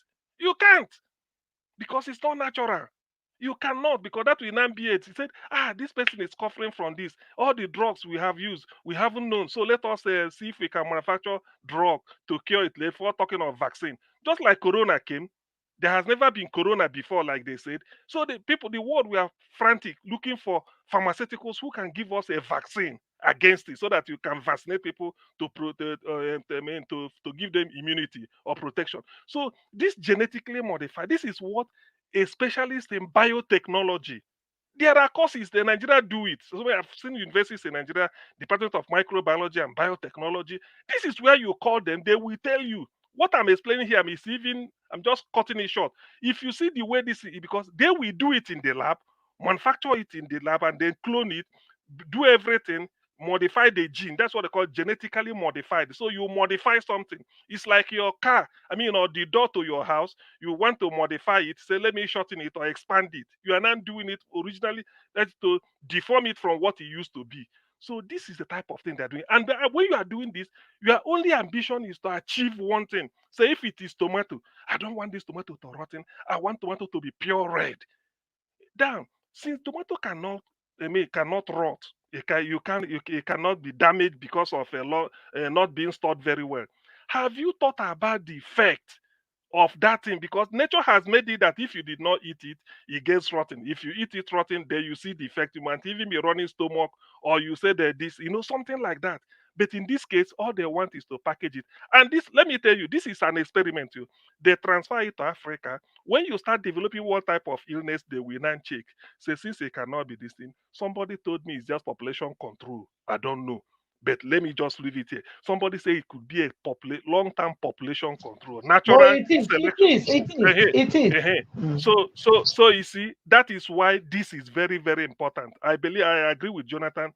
Our legislators are illiterates. They don't know what to do. Or they talk of how to buy expensive car bride. But this is what you should do to the country. Do you know that during COVID-19, the vaccine that they sent to not Gambia, Zambia, in Africa near Zimbabwe, Zambia. The minister for health said it's not that they are rejecting the vaccine, but Zambian scientists must certify that it is good before they will use it on their people. That is patriotism. That is the type of thing we want. They were forced. He said, no, you bring it. They subject it to 30 their own seconds, test. 30 Thank you. seconds. So when they now check all this type of thing before they now do it. So on this note, let me round up by saying, please, Nigerian government, have nothing to do with genetically modified crops. Please, it's not good. It's called gene cloning. Gene cloning, plant has their genes. God has made it the way it is. That's why it could grow. By the time you bring tomato and modify it, tomato will be pure red, very strong. Even if you eat it, it might not be the real tomato again, but it will be like tomato. That's why they say if it's not Panadol, it can never ever be Panadol. So on this note, they should just reject GM crop. The worst we could do is we do our modern farming. We can grow yam in bags, that is natural, but for us to go and because of hunger and get a genetically modified crop, that is population, what is it called? I don't know, population control in disguise, and we may not know what it will give us in terms of disease. Thank you very much. Let me stop here. I get back again. Thank you, Abdul. Thank you, Madam Patricia, for the time. Thank you. Thank you, Dr. CN. Please do come back as soon as you get through, okay? We are expecting you back. Thank you. Yes, and also I want to also lend my voice to the fact that they say, okay, Nigeria is suffering from hunger. They want food. They are begging for food, or they want to donate food. Listen, if they are bringing food to you from these quarters, and you know the people I'm talking about, from people that have enslaved your people, your ancestors, and they are still continuing to do it, please reject those food. My Nigerian people, if the government decide to bring it, don't even give it to your dogs or your cats. Throw them away. Don't eat them. Okay? That's my advice to you. Because nobody gives any free thing from this place. They are not. If they give you one, they will collect 1,000. So you have to be wise. Thank you so much. Let me call on, now, Mr. Abdul Malik, come through for us. Good evening and welcome to the channel. Yeah, good evening, everybody. Good evening. You see, our government, they don't know what they are doing. This organic 101 GMOS is a very bad news to Nigeria because we don't have the scientists to tackle such things. They should not approve it because most of the European or Western world, those are the food they are eating. They don't have natural food. But what is helping them is that they have the scientists to fight it. That is the reason why it's not really affect them. But we African, we don't have anything. There is no hospital, nothing, no scientists to do this to us. They should not accept this. It's very bad. Yeah, they don't know what they are doing in that government. I always say this. How can you approve GMO, which is we have natural food. We can grow natural food. Just because our bandit insecurity, we can no longer go to farm. We want to approve a nonsense something, which is because it's like somebody is pushing them. That is what I see. Understand? Somebody is using this our government to do what they don't supposed to do. But they are fool. They don't know what they are doing. That's why someone is controlling them from somewhere. That's somebody, Mr. Abdul Malik, that's somebody that is pushing them. It's called either the hand in the gloves or the deep states. They are called the deep states. Yeah, that is the reason why, because they should not accept it because Africa, the only thing, what I see there is that they want to use it to reduce the population of Africa. That is what they want to do. But our government, they don't have that IQ to know, to discover it, you understand? It's very bad because this organic 101 geomed, this is what they are using in the Western world. Most of the food they are eating is not natural because it's a preservative. It's not natural food. But we Africa, we have natural food. We eat natural food. That's why you don't see many sickness in Africa. But in Europe, in Western world, you see different type of sickness. Just because of they have scientists, what they can use to fight it. That's why it's not to affect them. But we Africa, we don't have such scientists to fight those kind of sickness. Understand? They should not allow them to approve it because it's very bad for it's a very bad news. Very, very bad news because it's not good. It causes it destroys many things in the body. Yes, you can never be the same because not natural food, presentative, understand? It's not good food. We need to fight so that all the voice will be heard so that they will not approve it. It's not good for us. I don't know what they are doing in that House of Assembly. They don't know what they are doing. They are just there. I don't really understand the type of people are leading Nigeria. How can you tell me somebody somewhere is controlling you for your country just because of you don't have brain, or you don't have sense, or you are not wise, and you say you are independent on your own? How can you be dependent? Somebody is controlling for somewhere. Imagine we have what it takes to make sure our people to go back to farm, but you cannot fight insecurity. You are borrowing money for how many almost 1 year now. We don't see what you do with this money. It's common insecurity is common, but you cannot fight it just because of bad government and looters. All that is all they are climbing for. They don't mean well for Nigeria people. You want to approve this organic 101 is a GMO. It's very bad for Nigeria people because Nigeria, Africa, they are poor. How can they go to somebody that he has never eat before? How can he go to hospital? Yes, they should not allow them to accept that. It's very bad.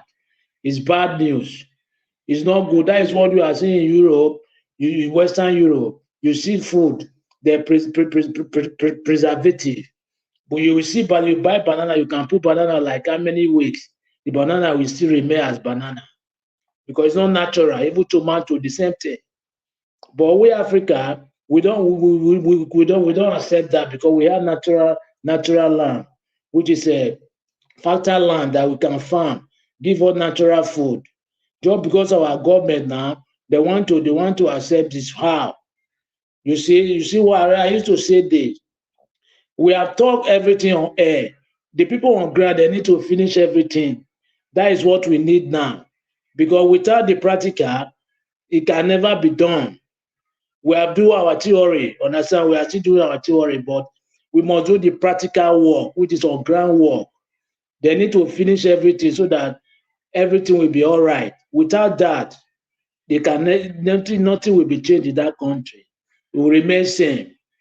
Look at bad news. They want to sign this bill. How? Because of their people, their family are living abroad. They can travel their family to abroad to go and take treatment. The poor people in Nigeria, they cannot do that. How can they survive if they approve this? How? How can the poor people survive? Somebody that has never eat or cannot pay school fees for a child, how can he survive for different type of sickness? He cannot. They don't know what they are doing in that Nigeria. They are just there. It's just like game. They are just there playing Nigeria people game. That is what I say. But before this thing will be changed, they need to do something wonderful so that they will know something is happening. But without that, nothing will change. It will remain the same. I come to this PDP, PDP that they drive. 30 seconds left. Okay, PDP that they drive Shaibu and Dan Orbih. You see that one because Shaibu and Dan Orbih, they are from Edo North. They have population in Edo North. That one will reduce their vote in Edo North. Probably they don't have any advantage to win the governorship election in Edo State. Yes. The other thing I want to talk is this. Please, I want to beg everybody in this panel. We need to learn how to talk to each other because sometimes we use some words which we don't supposed to use. We are all mother and father in this place. Let us not use some bad words to somebody. It's very bad. It's not good. Let us respect ourselves. Thank you very much. Thank you so much, Abdul Malik, for your brilliant submission. Thank you. I just want to say a shout out to those that are joining us, just joined us. If you just joined us, welcome to the channel. Please like and share. Click on the the thumbs up button. Subscribe. Click on the button to subscribe to the channel. The bell as well. Press the bell so that you'll be one of those to be notified once Mr. Eedris comes on board. And of course, lastly, the dollar sign, very important. The laborer is worthy of his wages. So please do us that good to click on the dollar sign. Thank you so much. Let me call on the next person to talk to us, and that's in the person of Destiny. Oh, am I saying right? Sorry. Um, Ike. Mr. Ike, is that correct? Yes, yes, Madam Good evening, Patricia, good Mr. Ike. evening. Good evening. And welcome to Good the evening. program. Thank you. Please speak to Thank us. you. Okay, I greet everybody, those that have spoken before me and those that will speak after me. I greet also those in the comment section. It's one big family. Like Abdul Malik said, love is the only central thing that unites all of us. Whatever it is, let's not argue, but let's educate each other. That's why we are here. In fact, when Mr. Elvis played that video of those cows destroying those corn farm, that's when I was forced to join. You see, this GMO, we don't know where it's going to end. For somebody that wants to give you something free, not just free, they are paying you to take the seeds. They are paying you to take the seed. And the way Nigeria is now, anywhere money comes from, they will take. They don't care. See, there are some of the loans that our government is taking that will be repaid in 2100. That is like about 76 years from now. None of them will be alive to pay for it. So even some of the children that have not been born are already have debt waiting for them even before they are born in Nigeria. And that's why we are screaming. Because they will go. These present politicians, 50 years from now, they are all gone. If they will get up to 50 years. But they are dipping us deep into depths that we don't even know where to start. You see one thing about the GMO. When you plant it on any ground, you cannot plant any other organic seed on that anymore. You cannot. So what it means is they will give you this thing free. They will first of all destroy the farm that has organic crops growing on it. Then they will not give you this seed to go and plant. And again, when we say don't let them sign it, don't let them sign it, they have already signed it. They've already started distributing the GMO seeds. That's the problem. How do you now control it when you say, oh, tell your people, let them not take it, let them not eat it, and so on. When they plant it and it goes into the market, you don't even know how to separate the one that is GMO and the one that is organic. You don't know. And people will eat it. And the consequences will go, that is, you don't even know where it will end.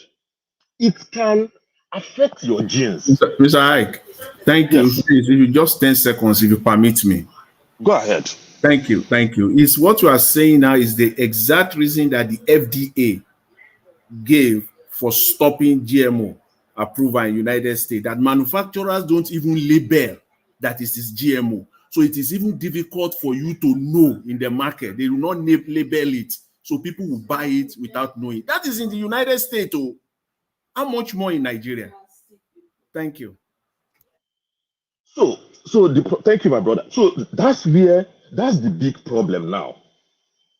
You see, this thing called autism, I will never in any way laugh at anybody's disability or if you have an autistic person in the family.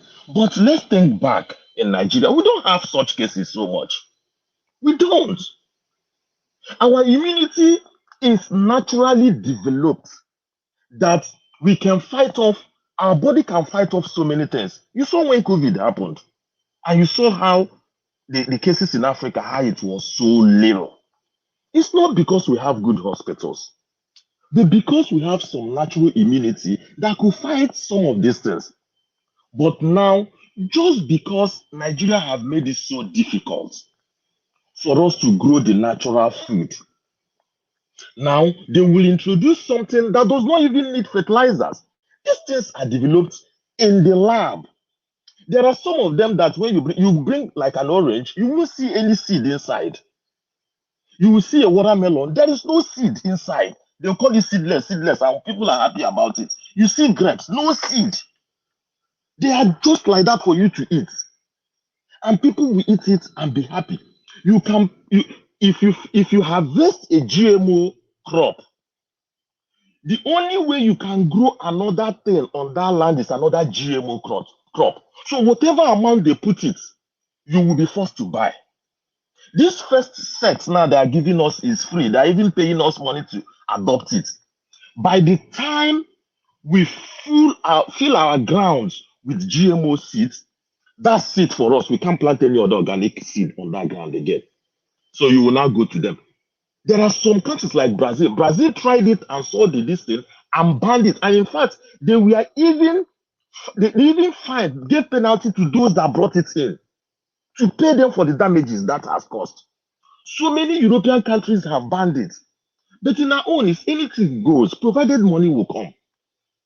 Provided money will come. Have you stopped to ask why IMF are accepting to give us loans, even when it looks to us that we don't have the capacity to pay?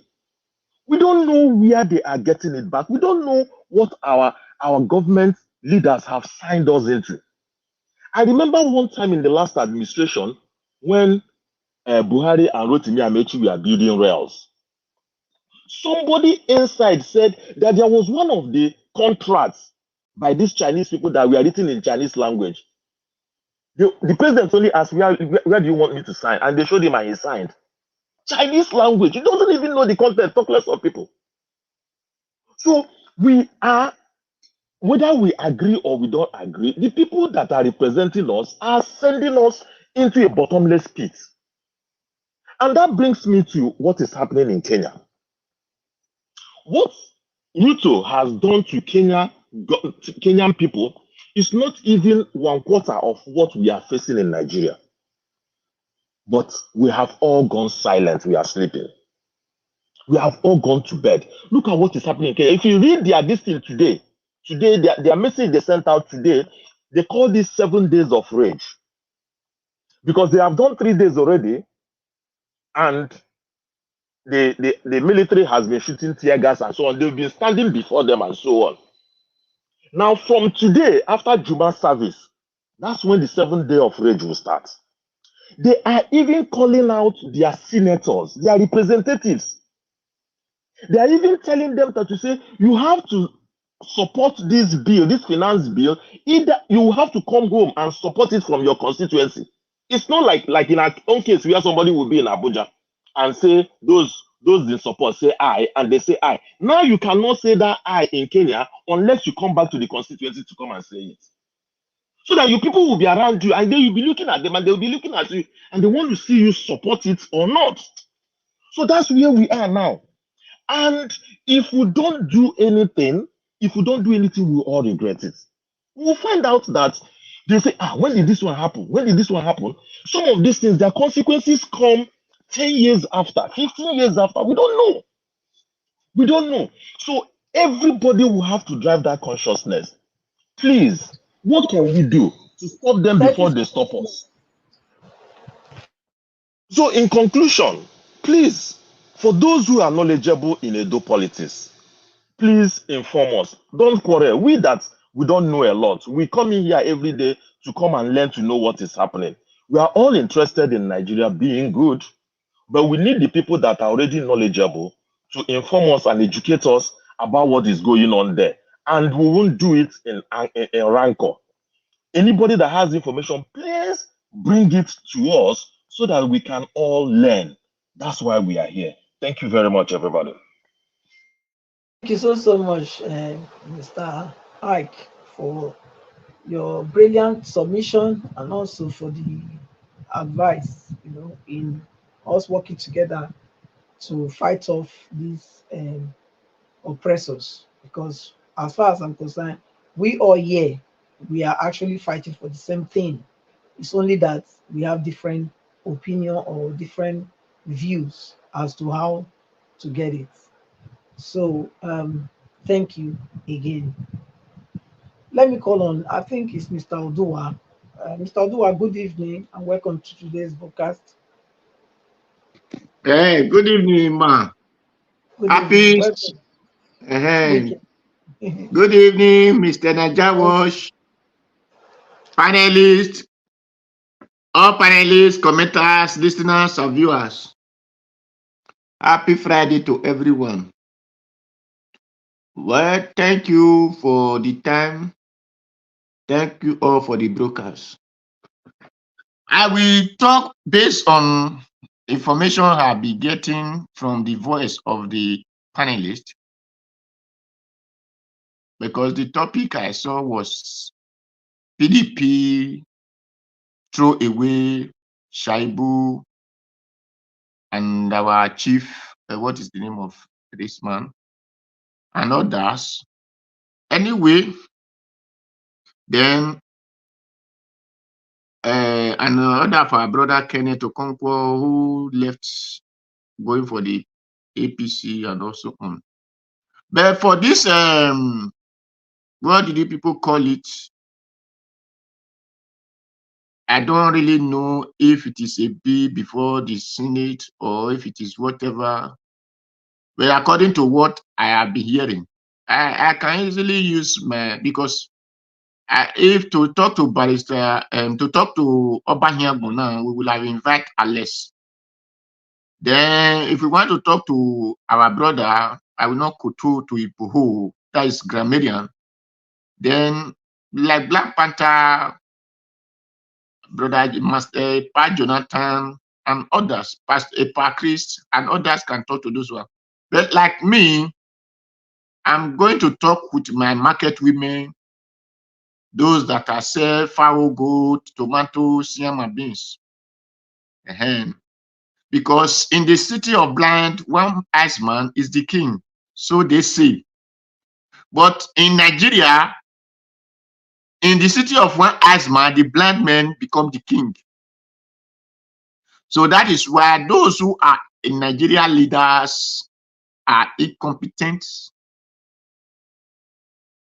barbaric, dubiousity, and ingloriousity. Failureism, where unknowledgeable. That is why all they have in their brain is just money, money, money, money, money, money. The moment they heard of money, they are flying to sky. They don't even think of what will you do with money and what is the purpose of having money. No, they don't know that. They all think that money is something you need to gather within yourself. That when you have that, you will not go to the kingdom come anymore. And money is a thing you use for environment in the life of others close to you, living with you, even far and near, that make everybody happy. But the so-called Nigerian leaders are not like that. They thought it is like ice block. Just put it in one place, so it become useless. And that is why they will sign a bill or whatever call that came from nowhere, which they call bio, our Papa CM say bio something experiment. You see, me, I don't know it that way. The way I know it, I hope the YouTube channel will allow me to talk it. My people of Nigeria, waiting on a Senate, waiting they say they want give una so. Say now be the food when I want the chop. Those people when go their kid don't come, when they carry go one house before they go put them for ground. The chemical when they tell they do them, when be say they know the roti, they know the smell, they go even your the dry like that. Now be the chemical when they want to do food, when they want to give una, none at the chop. So none I know say that chemical not be good at all. If they use that, those people where you go their kid don't come. When I know say that chemical not even make the smell. And the person when you go their kid don't come supposed smell. Because of that chemical, that make people know the smell. They go carry them. If not 5 months, if not 10 years, they not go rot. They will get there. And at that chemical, they say they wanted to do food. When I senator, they put up for say go ahead. Because they don't know anything. They're not supposed to be people who are supposed to lead you now. But because I don't know what they do now, that is why any of them just come and say, hey, I don't go school. I hear English. Ask me English now waiting people they use for life. English now just talk like your language. English now people language. English not be practical something. So when they all talk, instead of where people go, they go our farm. We know they use fertilizer for our land. Oh, God do our land. We know they use fertilizer until they do tomatoes, till they do yam, till they do garri, till they do corn, till they do anything. But they go come out by themselves. And if you eat that one, you go day heady. Waiting they talk, the person know they sick, you know they quit die. Now make our papa that time, they know they quit die because they know they eat all this chemical. They don't know waiting that they call pure water. Now here me water, ahe water. Now they drink. As a water, now they drink, and the last, because of all those leaves where they fall put, those medicine, natural medicine, we got create. Now be this one now when they say no, no, they go those medicine because church day. Say all those things when our papa they do before say na devil. So the one where what people they do now, they say that be God do, and people don't come they last for life again.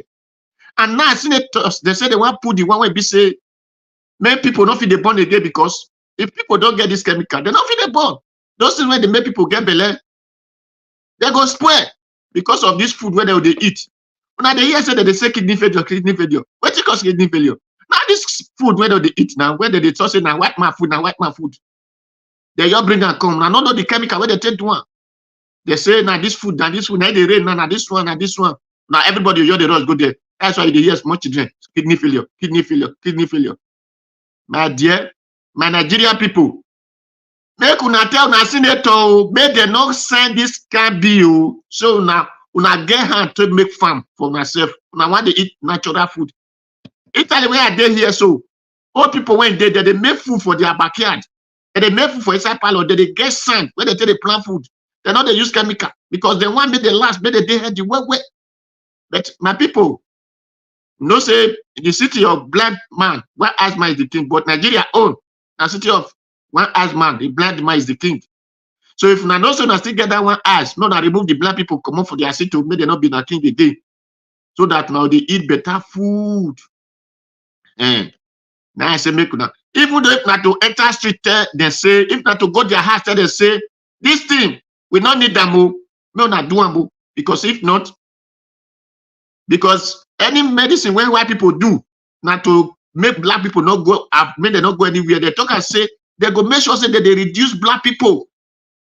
Maybe say, wait till we get for our land, maybe we don't feel they use them for ourselves. They say, because if we get sense, they use all those things, they know themselves not go get respect again. So they say, make black people, they respect, they well, now make they do all those things when they do. And now make me, they tell now my people, me, I know see now they hear my English. 20 seconds left. Thank you. My people now be the Tinubu. So another time come, I will talk to them again. Thank you. Okay, thank you so much, Mr. Odua. Yeah, I just wanted to come back to Mr. Ike, what he said regarding the debts that they have put even generation yet unborn. Some of the loans that are taken from IMF, they're actually up to 2021. What's it called? 2100. Yes, 2100 years. You know, in 2100. Yeah. So what are we saying? What I'm saying is, the Bible says a good man leaves an inheritance for his children. But what are these people proving? It just proves they are bad people. They are wicked people. It's either good or evil. Because if you are living, you know your years, like he said, they don't have all of them put together. I don't think they're more than 50 years. They cannot live more than 2 decades, maybe 2.5, 3, maybe 5 decades. Yeah, you know. So let's assume they live 50 years from now. But the debt they are putting Nigerians is up to about 70, 60, 60, yeah, 74, 76 years from now. So how? Is that not sign of wickedness? Instead of them to leave wealth for the children to born, children yet unborn in Nigeria, they're leaving what for them? Debt to come and start paying? I mean, that's the height of wickedness.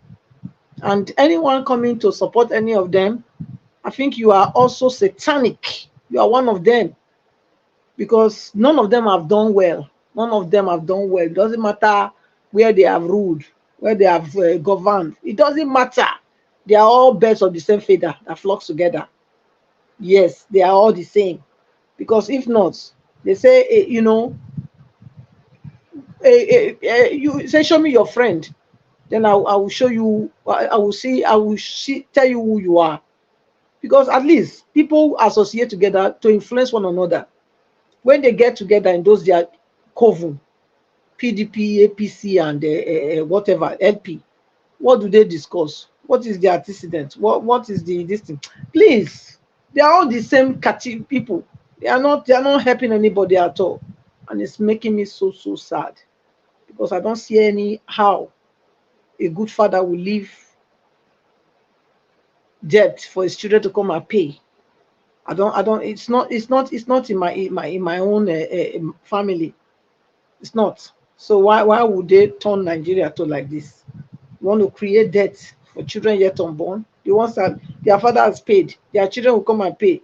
The yet unborn children will pay. I mean, that's the height of wickedness. It's unheard of. It's a shame. It's a shame to all these ruiners. Well, let me move to the next person. Mr. Chris, please come through to us. Good evening and welcome to today's broadcast. Good evening, Chairlady. Good evening, everybody on the panel with me. Yeah, Mr. Njawaj, good evening, and thank you for giving us this opportunity to contribute again. Something you've been doing for over how many years now, and relentlessly. And the people in the comment section, happy weekend to you all. Thank you all for being there for us at every point in time, because we can't just come here and be talking to ourselves every day. But your presence is a boost for us to continue doing what we are doing. Mommy Diaspora, good evening. Thank you so much and happy weekend to you. And Nigerians and non-Nigerians listening to us from everywhere in the world, good evening to you all. I think the way I see this, I'll just talk briefly on the decamping, people that are decamping from one party to another. In my view, like I've always maintained, I think most of them, or let me say the vast majority of them, they do this for their personal gain, for their personal reasons, not necessarily for the well-being of the nation. You know, personal ambition is always the first priority. And if you ask me, is this wrong or right? It is their choice. But they must also understand that be it as it may, it is your choice to decamp. It is also my choice to analyze the reason why you are decamping. It's also my choice to comment on the reason why you are decamping. You could say it's for the benefit of the nation. I could also hold a completely different view from your reason for decamping. Yeah, because like we all know, the situation in Nigeria is like a one-party state. All you just need to do is to change the color of clothes you are wearing. It's still the same clothes. It's a denim jeans. It doesn't matter if it's a black, it's a navy blue, or it's I'm a sky blue. They are all denim products. It's one product. It's the same thing. Then for the PDP, I think, like I've said, I think Obaseki is really playing a very kind of dangerous politics because it's I don't know how to put this. If you look at the core of the people that were suspended from the PDP now, I think these were the backbone, the people that actually ensured or played a role in ensuring that Obaseki got the ticket when the APC chased him away. And sadly, 4 years later, it is these same people that are now being chased back to the APC. What an irony. What an irony. This ought not to be. It shouldn't be in a state like Edo State, you know. I think the politician, they needed to have shown more tact. They needed to have shown more scruples. All I see are just completely unscrupulous elements, because there's no way you can ever justify this. There are so many other ways to look at it. How can you impeach your deputy governor and you replace him with somebody from another political party completely? And while they were impeaching your deputy governor, his people already came to the venue prepared for the next person to be sworn in. So how does the next person know that he was going to be the next deputy governor?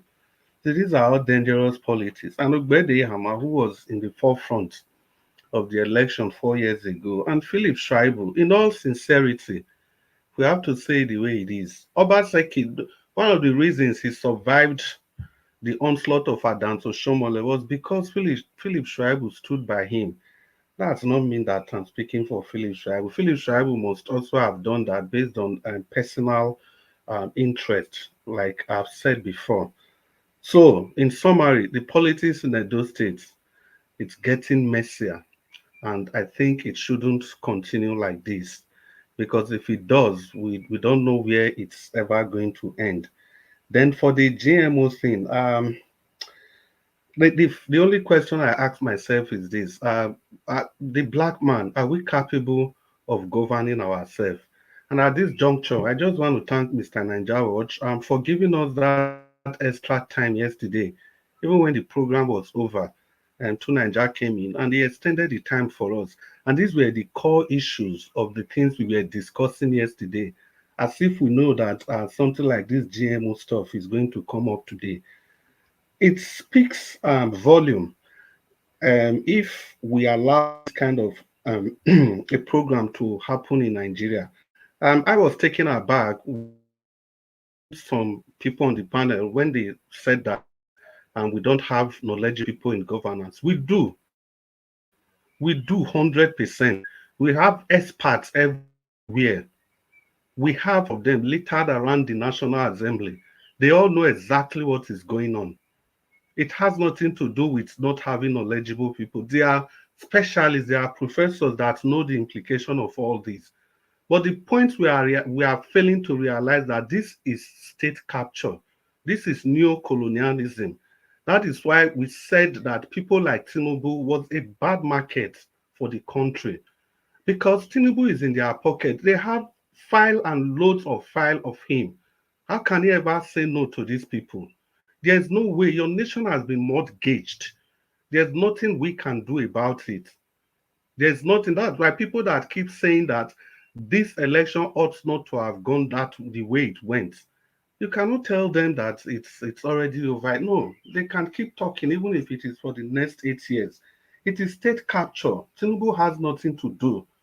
The people you see there, the so-called knowledgeable people, not so-called, they don't have anything to do.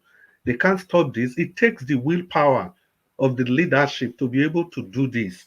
Genetically modified, see, we don't even know what we are playing with. I think somebody was trying to explain Abdul Malik. You see, organic product is even different from this GMO product. Now, GMO products, they go into the gene, the DNA, and edit the DNA of this organism, of this crop.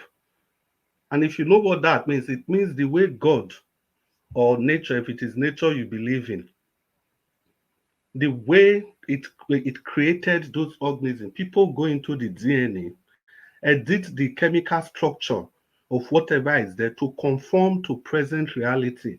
And the process of doing that, like Dr. Siens, you are going to introduce more dangerous species, because there's a balance in that DNA structure. But humans, we want to play God. So we go into those DNA, the core, and alter those things. And once we consume those things, they have the capability of also altering our DNA. So what you guys don't know what is going on in Nigeria, it is a phase 3 clinical trial. They are using the whole of the country as a clinical trial. So if we don't know, we must know. That is what they are doing. The people that are doing it, they know exactly what they are up to. It is only we that think that they don't know what they are doing. They know exactly what they are up to. So it is very imperative that we keep speaking up. It is very imperative we keep educating the people because the fallout is going to be disastrous.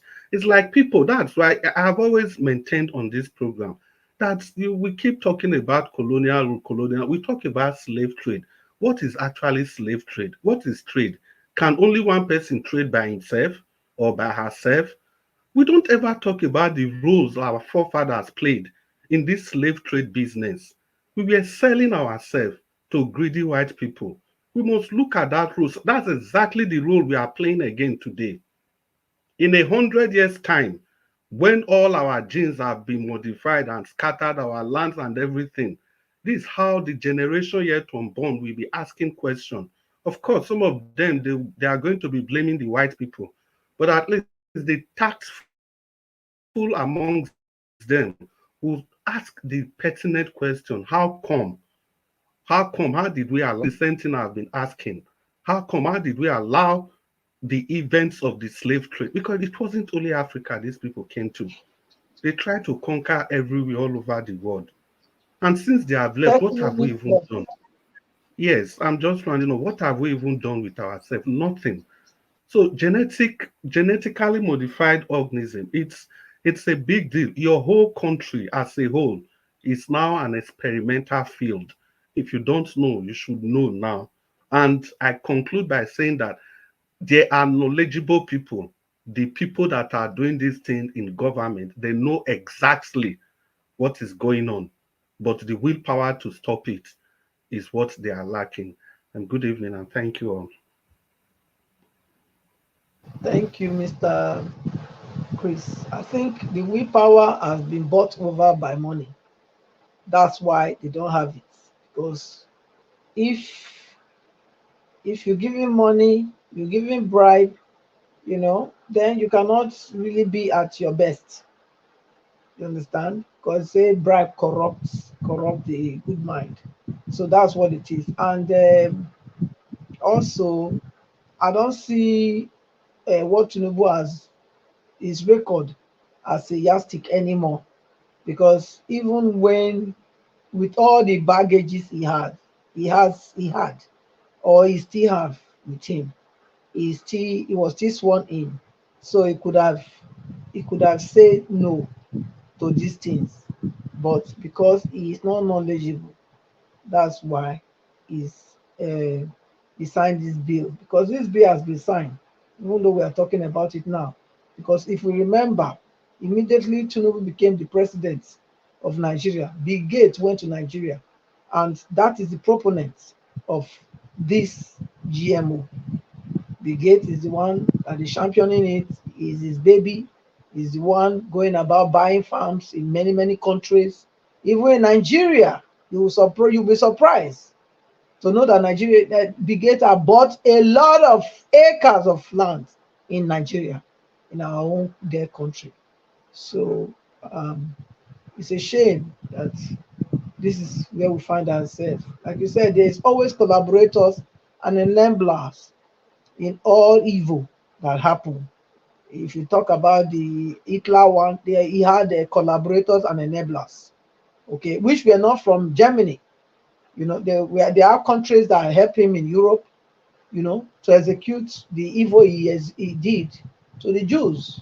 So even so, and also he also had people within his country, you know, at that time to help him execute the evil. So it is, like you said, Mr. Chris. There are people, our people, some of them, they are the ones that are enabling this evil against the rest of us. They are the ones that are collaborating with this evil, just the way they've been. And that's why I am saying, I always call out for the youth to stand up and take their destiny in their own hands. It's time. We can't wait anymore, because these people, the way they are going is closer than where they are coming from. So they don't really care about you. It's about you now and your babies yet unborn. So if you don't do something about it, the people that are there now, they will not do anything about it. They will keep drowning you and your generation to come. So it's high time you wake up and take the bull by the horn. Thank you so much. Let me call on Mr. I think it's Sam to come on. Good evening and welcome to today's broadcast. Thank you for being a part of the program today. I don't know if it's me they're talking about. Hello, good evening. Good evening, welcome to today's broadcast. Okay, is it me you called, please? Yes, you are the one. Welcome. A long time. Okay. Where have you been? We don't hear from you since. Thank you. Thank you. Good evening, everyone. Good evening, everyone. Good evening, Naija Wash. Good evening, Mommy Diaspora. I'm alright the way you said. Good evening. Today's topic is very, very interesting. You know, in the sense that this GMO seed we're talking about, to me, is a very big danger to not just to Nigeria, to the world at large.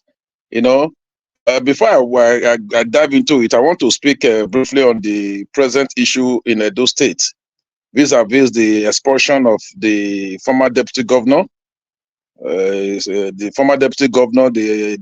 South vice chairman, and some other persons.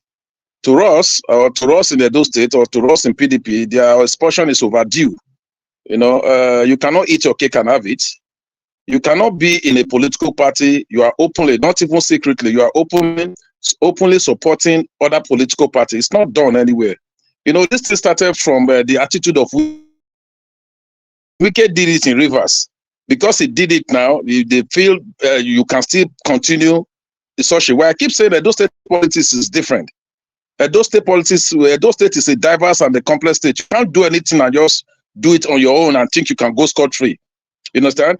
Right from the primaries, Philip Shaibu has constituted himself as a problem, not just to PDP.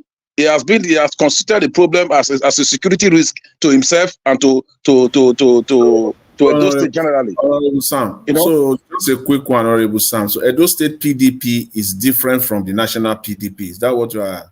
Please, when you are talking, allow me to speak, please. If you have your concern, you can use your time to address your concern, please. No, it's not a concern, so that you can address it. I want you to address that so that your submission will be balanced. That's what I'm saying. No, you are not to tell me how to address, how to deposit. You are not to tell me how to deposit. Thank you very much. Please, so like I was saying, please, 1 minute.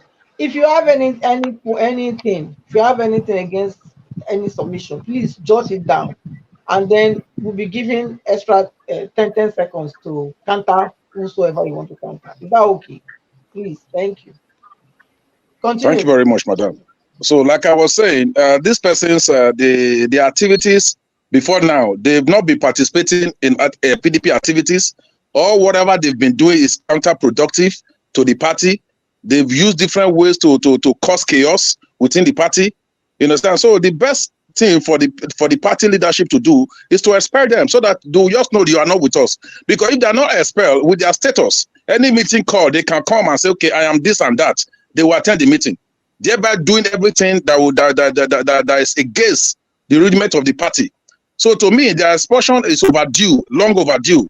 I know section 858 of our party constitution spelled out the methodology with which each officers can be suspended. The only person issues that people are still debating is the issue of the national vice chairman, in which definitely the national body will speak concerning that in due time.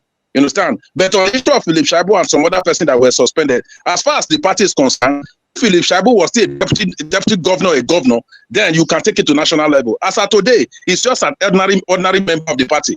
And ordinary members, the ward can even suspend him. The local government can suspend. The state executive, which is the highest body in the state, has the right to suspend him in line with our constitution. And some other persons that were suspended. Somebody like Ogbeide-Ihama. Ogbeide-Ihama was one-time member of House of Reps. As of today, he's an ordinary member in the party. So even his word can suspend him when you are doing something contrary to the section of the constitution, contrary to the rules, laid down rules of the party. You cannot, for example, as it is today, he has donated all his campaign office in Benin City. He has donated it to PDP, to APC. The vehicle he used when he was contesting election, all the vehicles, he has donated them to APC. These are non far. He didn't even do it secretly. He did it openly. So if you are working for another party, what at least under normal circumstances, constitute demand that you resign honorably. If you now feel everything about you is not APC, you want to work for APC, nobody stop you from working for APC. It's your right. It's your constitutional right. You have a right to work for any party. But you cannot say you are in PDP and you are working openly for APC. It's not done. It's unacceptable. So as far as we are concerned, their expulsion is overdue. That's on that. It's long time overdue. And I praise the State Working Committee for taking the bold step to do it at the right time. Ogbeide-Ihama was suspended from this world. You know, this thing we are saying, once upon a time, the national chairman of APC, Adamu Shomole, was suspended from his ward. People thought it was a shy play until they went to court and said your membership begins from your ward. He was suspended. And the court ratified it. So that's exactly what is happening now. This suspension started from their ward to their senatorial district down to the state level. So their suspension is in line. The only aspect that we're still looking at is Danobi, who is occupying a national position. In which case, probably the national body will have to ratify. That's the only aspect. But as far as Edo State is concerned, it's suspended. It's expelled. It cannot participate in any activity that has to do with Edo State PDP. The way it stands today. That's it on that. Then on the issue of hunger, let me start from the issue of hunger. You know, before now, I remember in one of our programs, I said, there's an agenda. There's a global agenda, a negative global agenda by the deep state and the dark states. Bill Gates is one of those propelling this national global agenda. The global agenda is to cause food shortage all over the world. And they are using different methods at it. In one of my live program in one of the TV stations, I said it openly. I said these Fulani H-men that are going to farm. Because sometimes you begin to wonder, why is Fulani H-men going to the farm? Why are they driving our farmers from the farm? It's an agenda. You know, every country has their own peculiarities. Every country has their own peculiarity. They use different methods to cause food shortage. As it is today, about 10 seed of tomatoes in Benin City now is about 2,000 naira. Small seed of tomatoes, 2,000. It's now becoming realities. Farmers were driven away from their farm. They couldn't cultivate.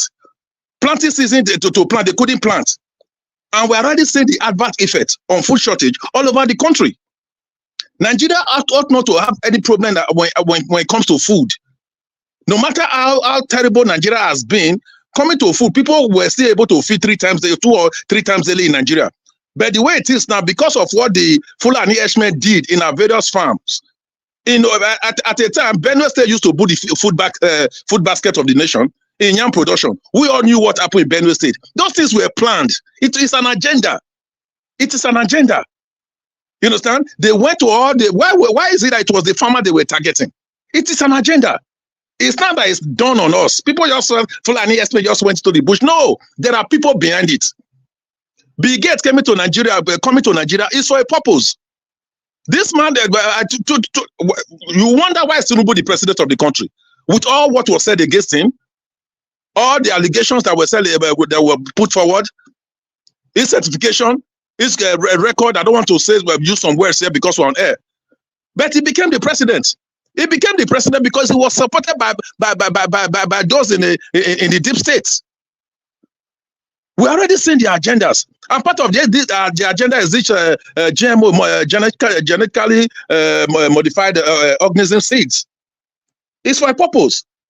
You understand? And this is going to, if care is not taken, it's going to burn on Africa.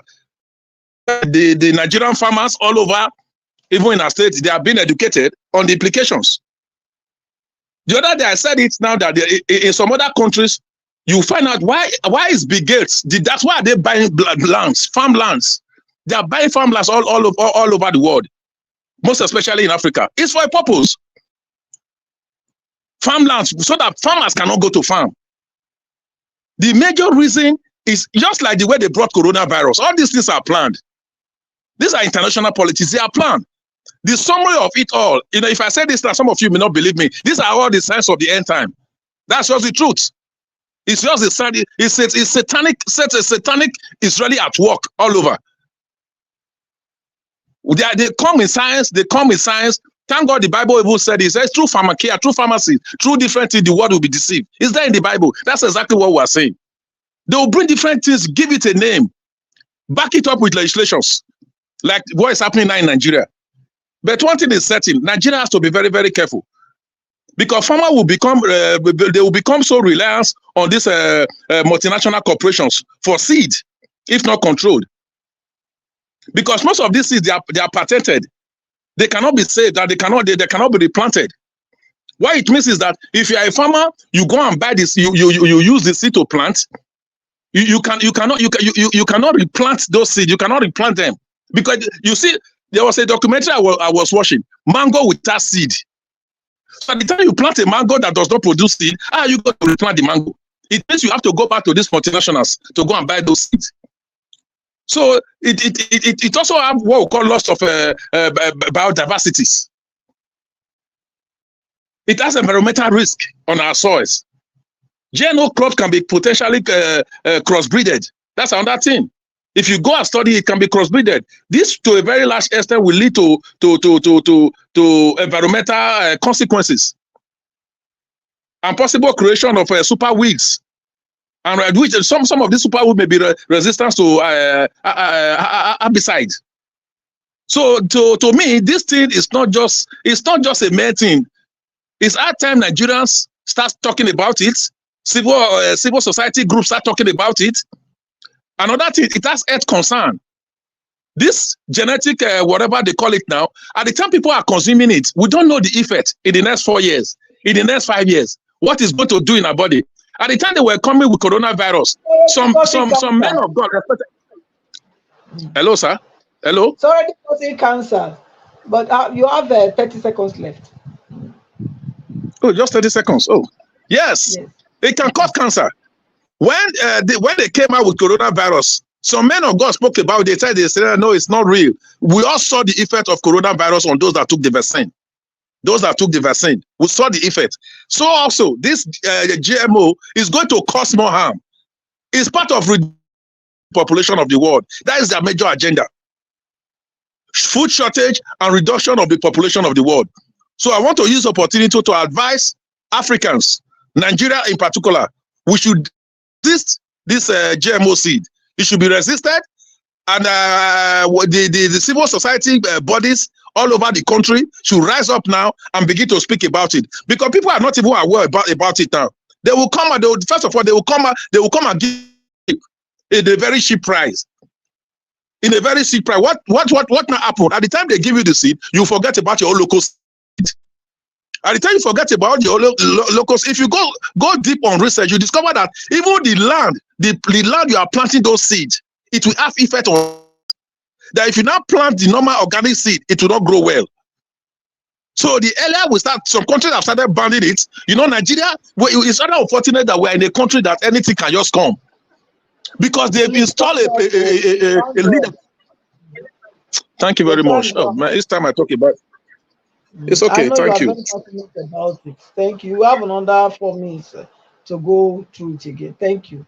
Yeah. Okay. Thank you, my people. We have come to the first. We are ending the first part of our broadcast. Now we'll start with the final submission. Okay. But before that, I just want to know if anybody have anything that was said that you want to counter, and I'll give each person 10 seconds before we start our round of 4 minutes. So please, Black Panther. I have something on. Just a minute. I think I will go according to my to the priority, the ranking.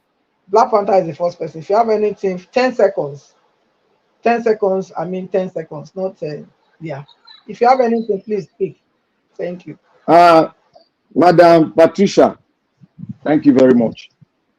Naija Watch, thank you very much. What I want to put forward is like this.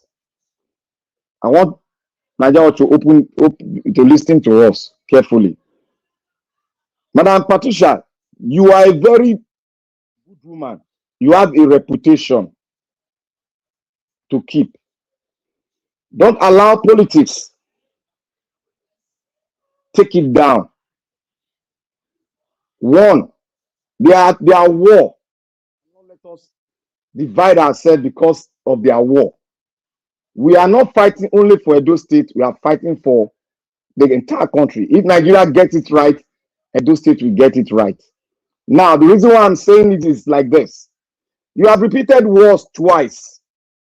When you were having argument today with Madam Rita, I waited, all of us were waiting, people were arguing. I waited for people to jump in so that they can harmonize things. And when people were not coming in, and I said, let me come in. I said, Madam Rita, Madam Patricia, calm down. Give me 10 seconds. Let me speak. Just to calm the nerves down. You repeated the statement. You repeated all the time. This is the third time. You said, let me say the way you say. Let me see if I can say the way you said. It's not my business. It does not concern me. You see, that word, many out there will look at it as if I am personal, or you have personal stuff with Madam Rita. But what I was trying to do was to calm nerves and let us sit on the right narratives and let us not die in their war. Now, somebody on the net. Okay, sorry, let me just round up. Sorry, on the line, somebody were telling you that we're talking to you. You said they should not allow a man to hurt when you are discussing in a public sector. The woman has replied that if it was Nigeria Watch, he would have given Black Panther 10 seconds. So when you make those statements, it's as if me and you are at war. Black Panther, listen, at least that's enough now. It's enough because you are turning everything upside down. Okay, you are not following the discussion in according to the sequence, how it happened. Okay, so if you want, go back to the text and see how I answered her, because you are bringing the cat before the horse, which is not what happened. So you made mention of my name in your statement there. Yes, I did. I'm quoting you. I am quoting you. I am not saying any other thing. The way you are referring it now, it's not how it happened. How am I referring it? Because according to, if I can get back everything, because there's a limit to how much we can go back to the test here. Okay, I could have read everything according to how the sequence of how it happened. What she said, what I said next, what she said again, and what I said next again. Okay, before you jumped in, you didn't ask for any permission. You are brooded. You interrupted. No. You didn't hear me. You didn't hear me. Let my dad play the video back. Listen to me. You listen 1 minute. Listen 1 minute. Before you said anything, you didn't say, "Oh, please, can I get 10 seconds to talk to you?" You didn't hear me. You were arguing with Madam Rita. That was later. You already. Before I came in, I said, I don't "Can I have 10 seconds? I don't want to argue. I take God beg you. I don't want to argue. Madam, hold on. Madam, hold on. No, Madam, hold on. If you finish all these things, take 20 seconds. Let my Nigeria play that video back. He will play it back later. Let's finish with. Let's move on. He's listening. He will play it back later. Mr. Jonathan, please, if you have anything, speak. 10 seconds. 10 seconds should be 10 seconds. Thank you. Yeah, thank you, Madam Patricia. No. Which video they wanted me to play, please? 1 minute. So he wants you to play the video, the mess, the He said I didn't ask for 10 seconds when they were arguing. Oh no, okay, that's fine. Let's move on. Please, gentlemen and ladies, I don't think that is called for now. Please, let's continue with our discussion. This back and front is not called for, please. Let's move on. Thank you. I wanted to add to Honorable Sam's contribution to make it more vibrant and perhaps more informative, but he didn't want that. So let me say what I wanted to say then. He said that Edo PDP is different. And I was kind of, called back because Edo PDP is under the national PDP. It's not different. It's Edo PDP, not part of the PDP. Are they not operating the same constitution? That was what I said in my submission earlier, that the Nigerian political parties, especially the APC and the PDP, specifically these two political parties, have no standard. There's no standard. It is what is extingent for them, what is okay for them at the moment. They shovel it down the throat. You cannot tell me at the face of it that Wike is still a member of PDP today, and then juxtapose that with Shaibu. What Shaibu has done is a child's play to what Wike has done and continue to do. And they throwing it at them, and they dare not sanction him or expel him from the party. So I don't know. You have to explain to me and convince me that those two are different, and you have a tough job to do that. That's my point. Thank you. Please, can I respond to that, please? You have 10 seconds as well to respond to. Thank you. Thank you very much. Thank you. I appreciate you. Yes, you are totally right. From the ward level, you have the ward level, you have the local government, you have the senatorial district, you have the states, and you have the regions to the national. They are all under one constitution. We operate one constitution. The issue of suspension, like I told you before, most often come from the ward level.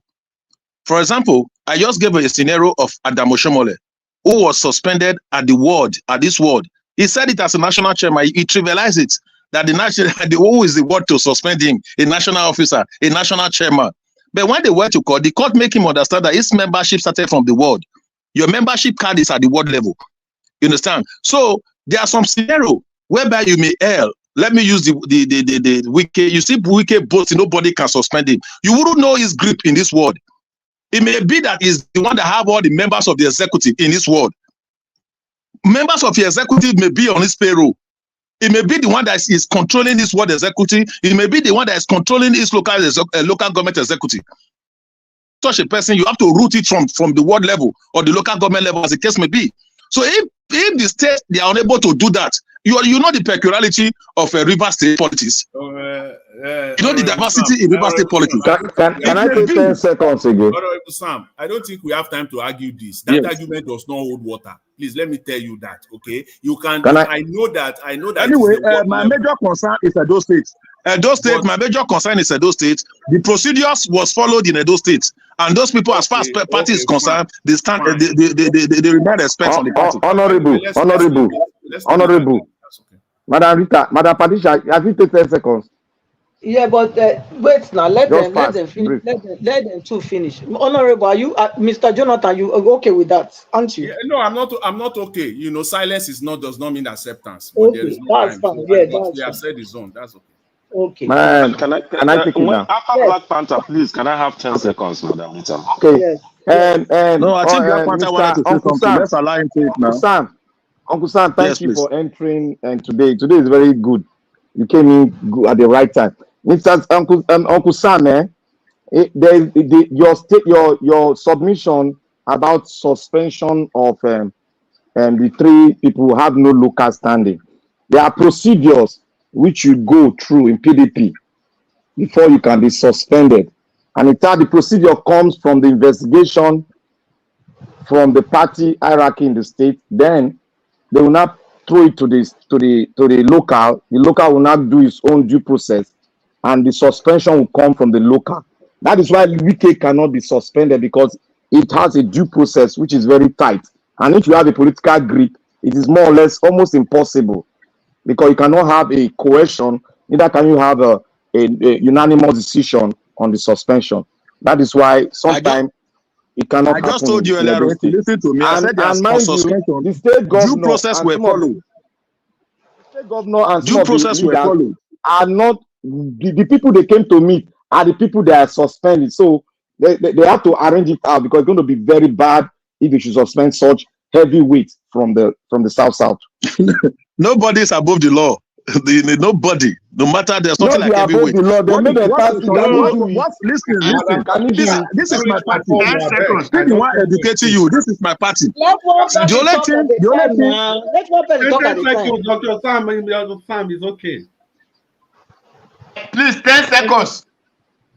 Okay, Mr. Okay, Odua, good. I just said, according to section 58 of our constitution, the only person that the national has to ratify is one, there are conditions there, there are clauses. One, if you are a national officer.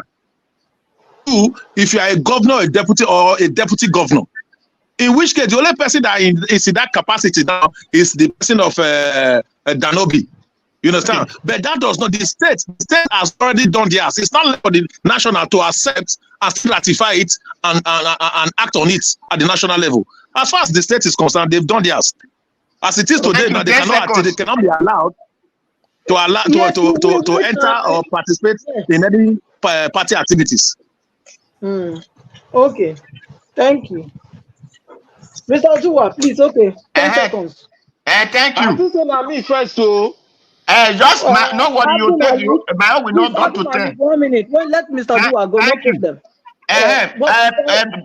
Baba Sam, I bet no, I know they use this English again. Nobody's above the law. When you are talking of Western world or other country, we will hear.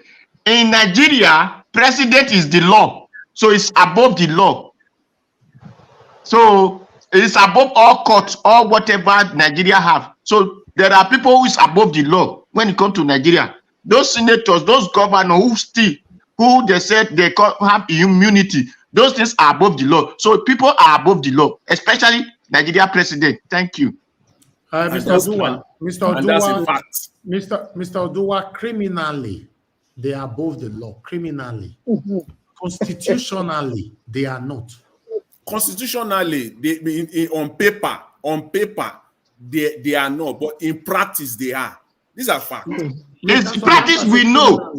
Practice we know. They only have immunity. They may have immunity. They are not above the law.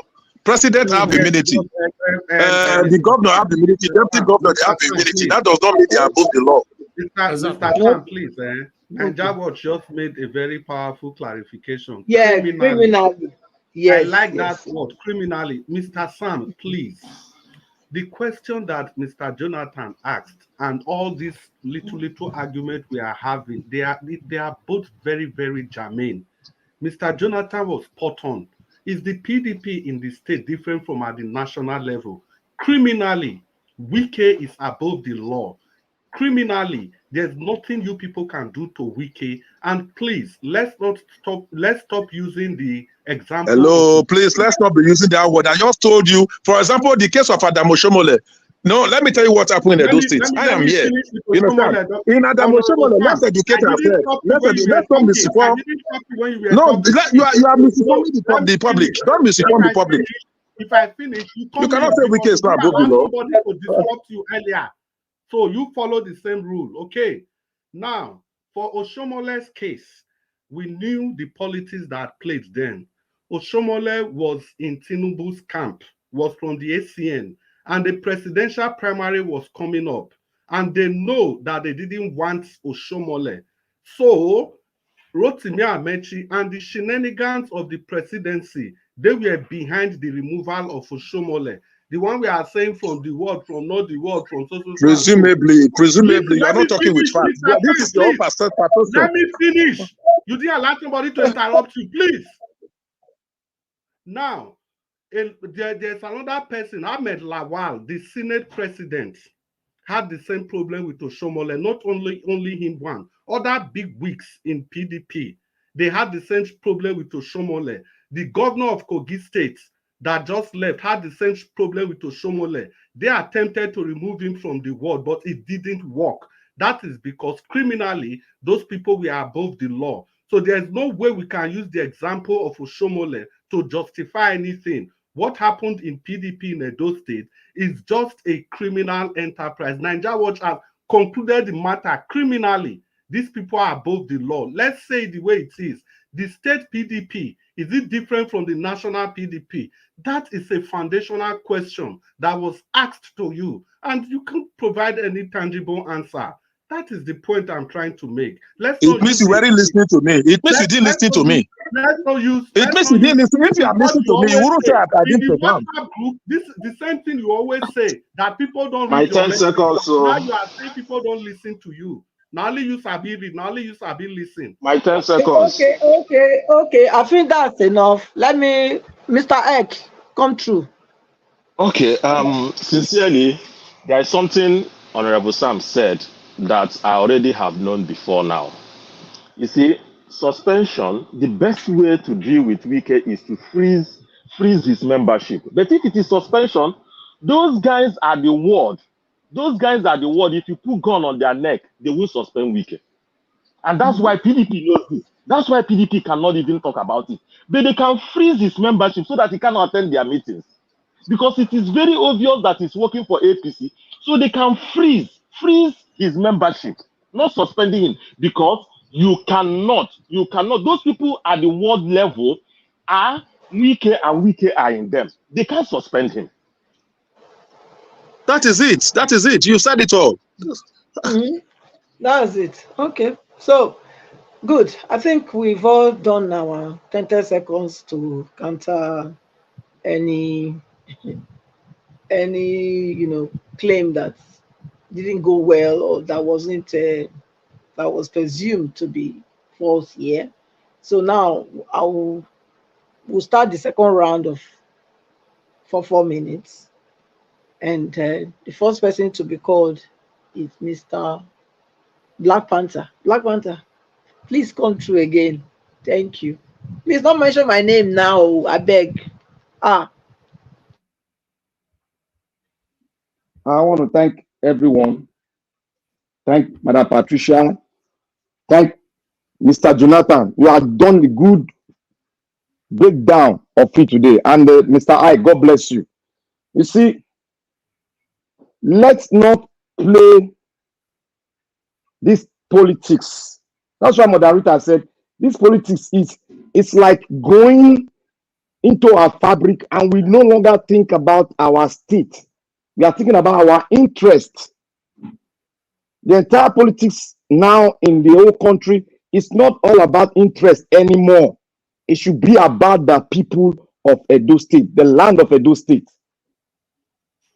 The only thing I can say I can have altercation with anybody now in my life is about Nigeria. If the person is talking negative, going contrary to what is happening in the country, I will look, me and that person will wear the same trouser. Because it's not right to say the truth for the world to know, so that we can, by the time we start saying the truth, we'll start knowing how to repair the country as a whole. Look at what happened when we were talking about military.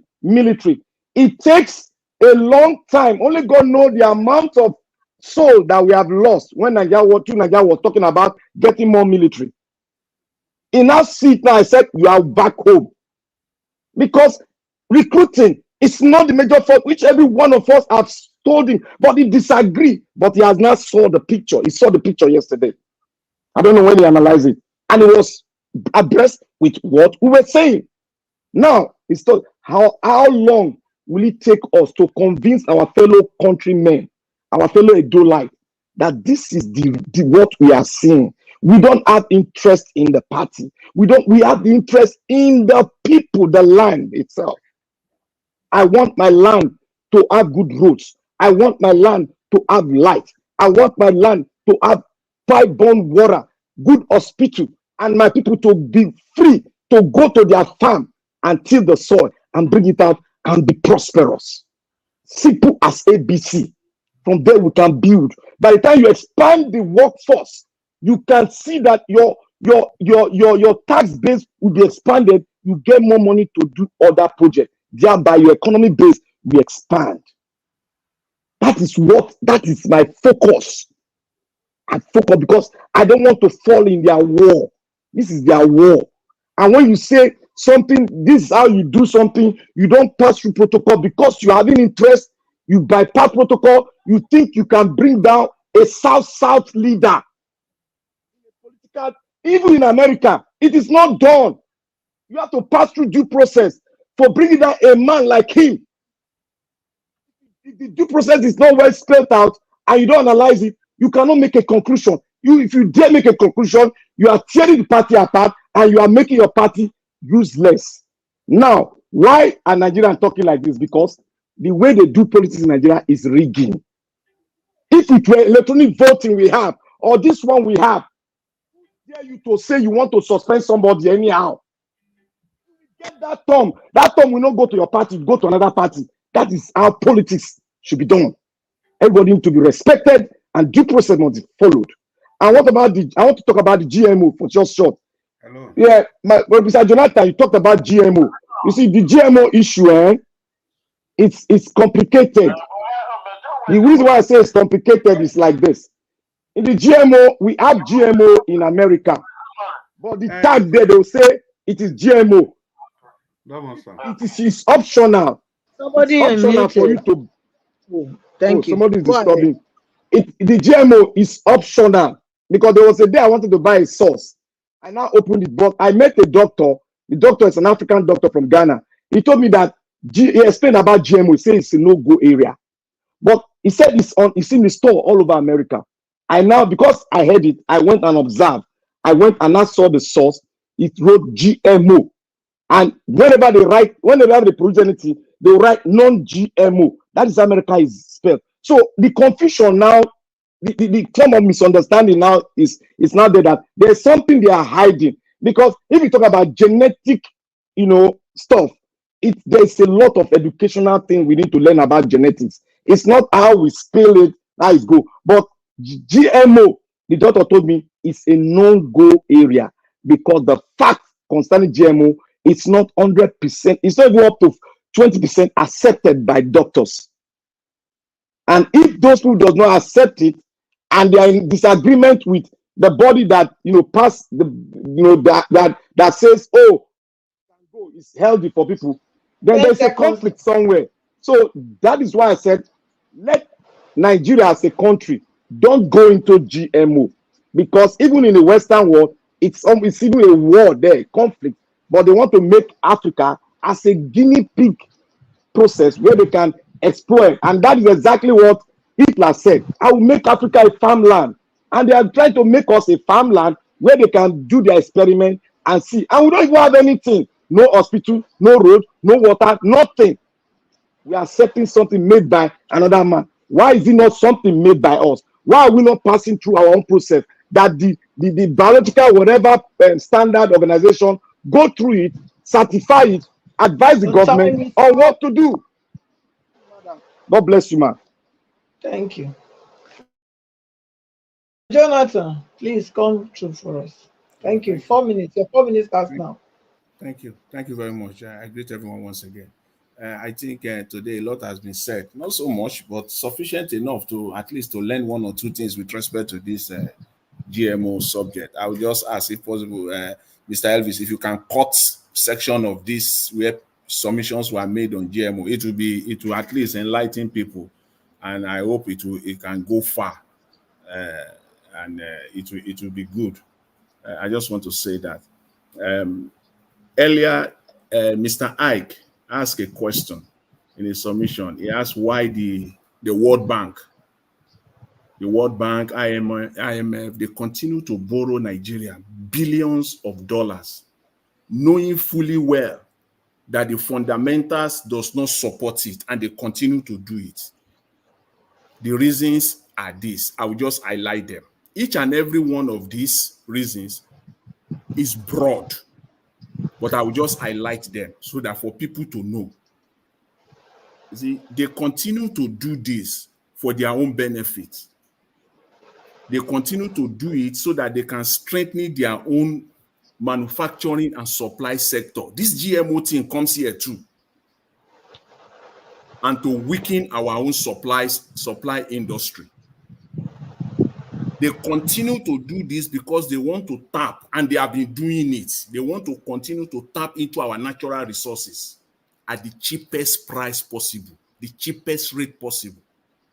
They continue to do it, and they will continue to do it to weaken our democratic system, to force government to increase taxes, and to weaken our currency, the naira.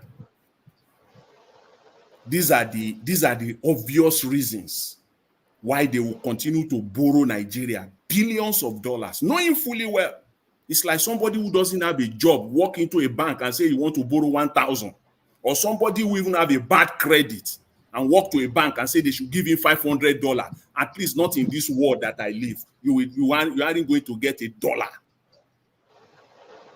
They are the one that sets the rule and they break the rule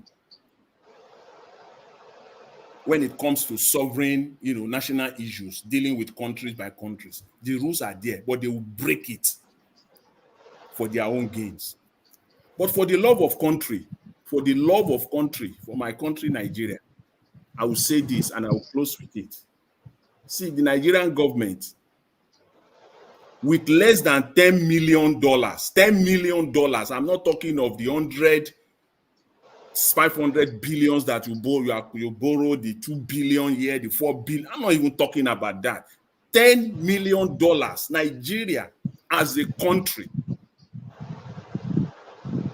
You can turn Nigeria into an export hub within 6 months to 1 year. It's not rocket science. $10 million, with less than $10 million, you will turn Nigeria into an export hub. Nigerian made goods, we flood the North American and the European markets within 6 months to 1 year. Nigerians will be bringing their goods to the foreign market. You will only compel them that you will give them the support, but every dollar, every euro, every pound that they earn, they will bring the entire money, foreign currency, back into the Nigerian economy. That's what you need to do now. The entire money will be brought back into the Nigerian economy. Exporters will get the much needed support. You will raise billions of dollars, pounds and euros, and bring them into the Nigerian economy. Okay. This is what is needed. Stop this unsupported, I don't know what to call it. I just have borrowing that you continue to borrow. Just do the needful. You don't need to break the bank. You don't need $1 billion. You don't need $100 million. You can start it today. I will leave it at that for now. Thank you very much, Madam Patricia, and I thanks everyone. I appreciate everyone once again. Thank you. Thank you so much, Mr. Jonathan. Really and truly, yes, with $10 million, a lot can be achieved if they really want to work for the people. That's why I was also against Ngozi Uwala, what is she called? Because she's with the IMF, okay? And I spoke to her, to address her here as an enabler to the destroyer of Nigeria. Many people came against me here to say, oh, what are you saying? This is that. But what I'm saying is truth. Because these are the enablers and the collaborators that is destroying the country. You are working for the IMF. You are advising them against your country, for your country to come and borrow more money. You are working there and you are collecting money and selling your country. But there are Nigerians that are clapping for you that you are doing a good job. Yes, you are promoting Nigeria. We are not ready yet. Nigerians are not ready yet. They are slaves that love the chain, the master's chain on their neck. That's who Nigerians are. What a shame. Yes. I'll move to the next person. Please, Mr. Ike, come through for us. Thank you. You're 4 ministers now. Okay, Madam Patricia, thank you very much for moderating. Thank you, other panelists. I want to divert a little bit. We've talked so much about GMO and so on, but I'm a little bit worried about what is happening in Kano. This eminent torso in Kano is a red flag. I'm sorry, I'm bringing up something else altogether, but I feel anything that is worrisome about us, we could discuss it here. Federal government is bent on insisting that the former emir stays. And everybody saw how Ganduje politically removed Sanusi. You see, when they say something that goes around turns around, the same way he removed Sanusi is the same way this new governor has also removed the one he planted. But the federal government is being desperate, just like they are also doing in Port Harcourt. It's a red flag. Let's watch it. Let's talk about it. Let's find if there is any pressure group. I know there are pressure groups that are here. Federal government should slow down a little bit in always wanting everything to go their way. If they are not very careful, they will light up the country from River State and Kano. That's where I want to do my own 4 minutes. Thank you very much.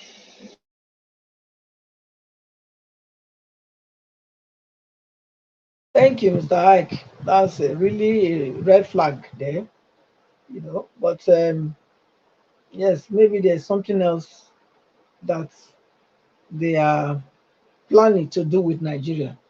But I believe that God has the better plan for Nigeria. So, like I am saying, I always say it, that the God I serve, I don't know the one you serve for, is the one that fight for those that cannot fight for themselves. So Nigeria, since it has become that Nigerians will not go out and fight for themselves, the country will just dissolve itself. You know, there will come a time where the country will just break on its own. Everybody will just go their own side. That time will come. Maybe we are getting closer there now. So I'll leave it there. Thank you anyway for bringing that in. Very, very important. Mr. Odua or Mr. Dr. Sia, are you back? No, he's not there. Okay, Mr. Odua, please come Okay, for thank you. Thank 4 you. minutes. The 4 minutes starts now. Thank you. The country is not breaking because the people come together and make this whatever GMO, this thing you are talking about. It is not one part that is doing it. It is all the wicked people who come from the different zone or the different region of the country that make it. So the truth is that the people who we feel to honor are not due of honor. They are hypocrites. So that is the truth. And that is why the country is not moving forward, because hypocrites are the one who sit in the seat of power. So let us not be deceiving ourselves. The country will break, because nobody, the hungry is entire the country. The whatever criminality, the SUV they buy is for the entire the country, so of the zone. So that is not the truth. So what I will have to say is that this GMO, please, Nigerians, you know, these senators, this House of Representatives, whatever you people call the governor or whatever, they did not love you people. So if they bring if they initiate anything, they will give some doctors money. Those doctors will not tell you it's best in the head. Those things are lie. Their children will not take it. Their children doesn't use those foods. They themselves doesn't use it, because they just want you to go away. They want to let go you so that they believe that money that you are consuming, they will be packing it. All these things because they are taking bribe. So they don't value your life. So Nigeria is left for you to reject all these wicked people who call themselves leader that occupy the seat of power, whether they are Piripiri, whether they are Pusiu, whether they are Labour, whatever party they claim to be, they are all wicked. So that is what I will tell you. Reject them. Thank you. Thank you again, Mr. Odua. Thank you for being here today again to lend your voice. Mr. Chris, we'll come to you again. Please come through. Thank you, our chair lady. But I will disagree with you well for Conjure Lamata. I don't think I don't think the lady has any problem because the first thing is that she's not even in IMF, she's in WTO, World Trade Organization. The lady in IMF, I think her name is Kristalina. She's from Georgia. But they haven't even said that. Let's even assume she's in the IMF. You know, these bodies, they have different organs that are responsible for different things. It's not just the kind of system we operate where the president can just wake up and do whatever he or she wants to do. And so that's just that for that. And again, they can't just come and meet you and come and force money and give you money. If not for anything, Okonjo-Iweala is doing a lot behind the scene for Nigeria. A lot. She's doing a lot. 4 minutes is not even enough to do that, to say everything. Remember when they were trying to bring the vaccine then, they were trying to charge Nigeria some percentage or something like that. She had to step in and stop that. Let's even assume she's the IMF chairman, for example, and Nigeria, Tinubu wants to go and borrow money, and Okonjo-Iweala refuses to release that money. What will people say? We then also say Biafra woman, she's blocking Nigeria from taking a loan that Nigeria will use for development. So if we have to say these things, we have to say them in totality. And moreover, that's just by the wayside. See, these people, they don't come to meet you to force you to take loan. If you go meet them, say you want to take loan, then go give you now. Then go give you. So we don't feel blame them. We don't feel blame any IMF or anybody for that matter. If we refuse to keep our house tidy and people are trampling on us and our leaders cannot speak up because they have so much baggages. They have so much baggages. So because of this, they are covering they are covering everything, the things they are even supposed to speak up against. They cannot. Because if they do, their files are there. They will be exposed. And because our leaders, they love to remain in power, they will do anything to remain in power. And that brings me to Edo State politics and the PDP thing we were talking about. Let's get it clear. It's not about Shaibu or anything, or whether he has crossed the line, he hasn't crossed the line. They cannot do Wike anything. And Wike said so, that come and try it. He dead them. They can't do him anything because he's bigger than the law that governs the PDP, criminally bigger than the law. Philip Shaibu is a small fry. They know they can handle him however they want. That's why they are dealing with the ones they can deal with. There are these people, they say now you go feed beats, now you go collect your wife. That is exactly what they are doing. And all in all, it's a dangerous politics Obaseki is playing in Edo State, no matter how you look at it. This politics is dangerous and it must be discouraged in any way possible. Because Obaseki is just one person. The PDP is a structure. These were the structures that brought him into power. Even Ogbeide-Ihama was the last of the people that left that ticket for Obaseki then. He was the last. And it was Wike. Wike said he personally called him and begged him to leave that ticket alone for Obaseki with the help of Danobi and even this Philip Shaibu. If I imagine Philip Shaibu had played a spoiler role, it is okay for we to say they are doing anti-party activities. At what stage did they start that anti-party activity? Did they just wake up one day and they started the anti-party activities?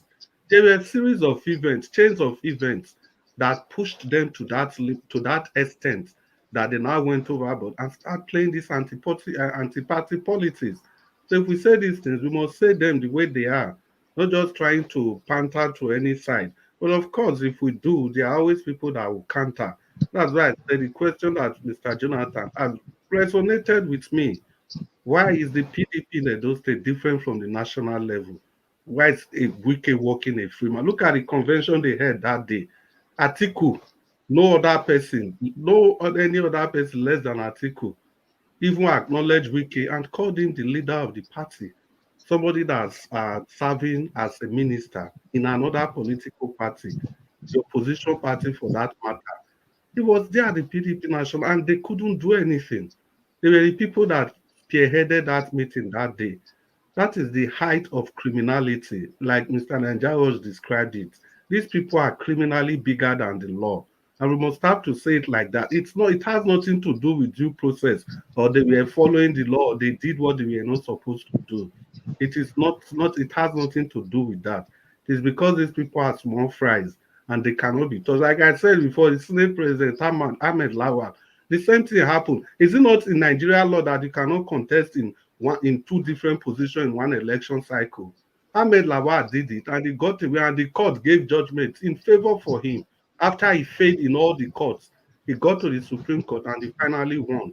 This was the same thing that happened to Akpabio. All these things are there in our law. We see the way our judges constantly keep looking the other way, and we keep defending this. Is it the governor of Enugu State that NYC came out to say that they didn't issue that certificate?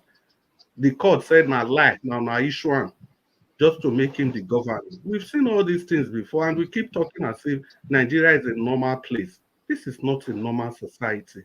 So the things that we see here, we shouldn't, and we ought not to make any attempt to normalize this. Because at the time we normalize all this, it keeps interfering with our thinking and thought processes. That is why things like this genetically modified plants, that is why we can allow them to hold sway in the country. And wait and see how some people are going to be defending this. We don't even know the extent that this thing will affect the general population. Yes, like I've said, this GMO thing, the not is it Kano or Kaduna? It's a phase 3 clinical trial that they are doing, either you like it or not. Whether you like it or not, the whole country is turned to one huge experimental laboratory, and we think we have a say in this. This is our leader selling us out. Like at 50 years time, our children and our generation yet unborn, they are going to ask questions, just like we are asking questions about the slave trade today. Thank you very much, and good evening, everybody. Thank you so much. Thank you. Mr. Dr. CM, welcome back. So, we can't hear you. Please Okay, unmute. Yes. thank you, Yes. Madam Patricia. Sorry, Thank you. I was Welcome back. attending to something. Actually, I heard people say something about PDP. Yes, you see, when Nigeria was say criminally they are above the law and constitutionally they are not. That's true. Criminally, you see, do you know why? I read somewhere that Shaibu, in an attempt to undermine PDP in Edo State, it was, say, a broadcast to support a APC candidate. Yes, No, he should he be. didn't buy the ones he was using, the ones he bought already for his campaign. He donated it to them. Yeah. Okay, yeah, okay, it's more like the same. So you see, what is trying to tell PDP? I want to rub it in your face, and there is antecedents to all these things. Starting, I think that was 2015. Atiku, Saraki, Sule Lamido, Muaz Babangida Liu, I think all of them, they were in PDP, but they say it is the turn of the North. Because in 2015, Jonathan was contesting. Jonathan is from the South. They said it's the turn of the North. And who will the North bring? Under PDP, Jonathan defeated Atiku in primaries also. So who is the North? Their hope is Buhari. All of them went and supported Buhari, doing anti-party. That was what happened when Atiku has the effrontery to tell Jonathan as a serving president that I won't come back to PDP unless you step down for me. Now, that was what Wike copied and played it out in 2023. Openly, wasn't even hiding it. I think Wike even said, I dare them to suspend me. Now, look at what Shaibu did. His own is at the state level, they suspended. He said, this is impunity. Why is it that in Rivers State, the sitting governor is PDP, and the greatest headache to that sitting governor is a PDP? Why? And they don't want to resolve it. It's impunity. That is it. You see, ideally, somebody who should have been given Fubara a problem would have been either Labour Party, they stole their votes, or APC or any other party. PDP will be covering him up. Yet the greatest enemy to Fubara in River State is PDP themselves, and led by Wike. Can you imagine the insult? And yet PDP kept quiet. They are suspending Shaibu. So that was what Shaibu saw and was doing his own. But maybe Rivers State is not Edo State. You see, this is the level political party has become. That's why I always tell people, if life must continue, I agree. There won't, we can't we can't say vacuum. Obaseki must hand over to somebody. Yes. But please, as much as possible, bring out the candidate you want to campaign for, you want to vote for. Look at him. First of all, leave the candidate first. Go and study the problem Edo State is facing. Social problem, economic problem, maybe it's infrastructural, maybe everything. Study it, itemize them, and then start to say, what will it take somebody to, to fix it? And look for the candidate and come. Forget about party. This is the way they do. So this is no justice. Atiku started it. That's why Atiku can't even talk to Wike anyhow. I mean, the day I knew was the day Wike said, I dare them. So that is the situation we've been into now. That's why when people are telling me about this party, if you go to APC, that one just hang as a day.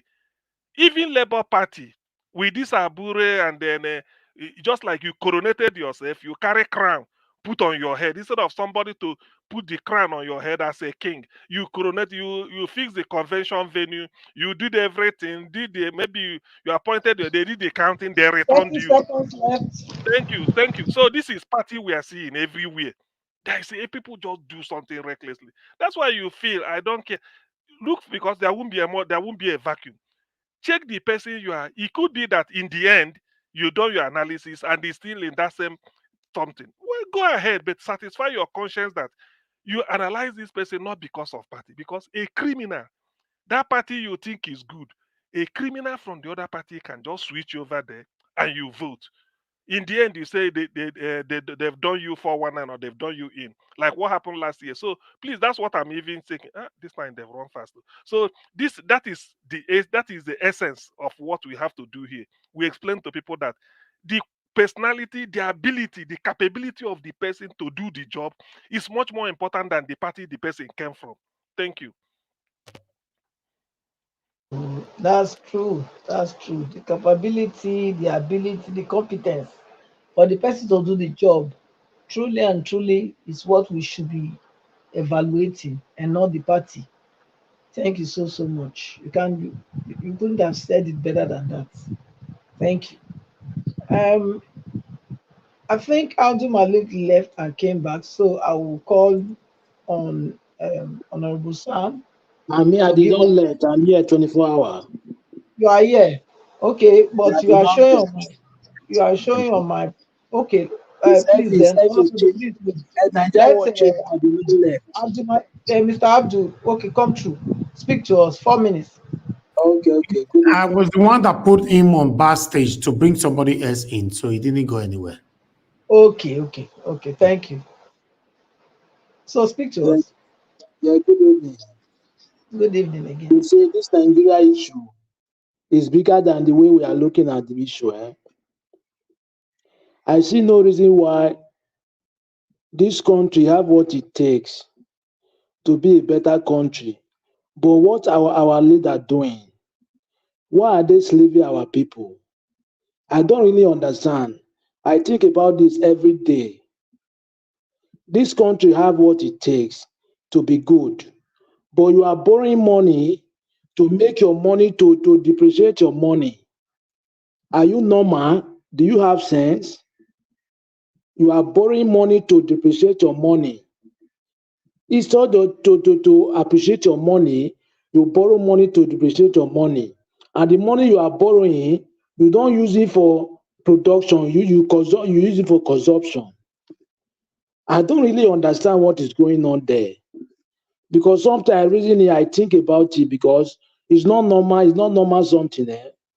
It's bigger than the way we are looking at the issue. I'm telling you the truth. If we did not do something, it will continue like this, there is nothing will change. Imagine now you are planning to borrow another money.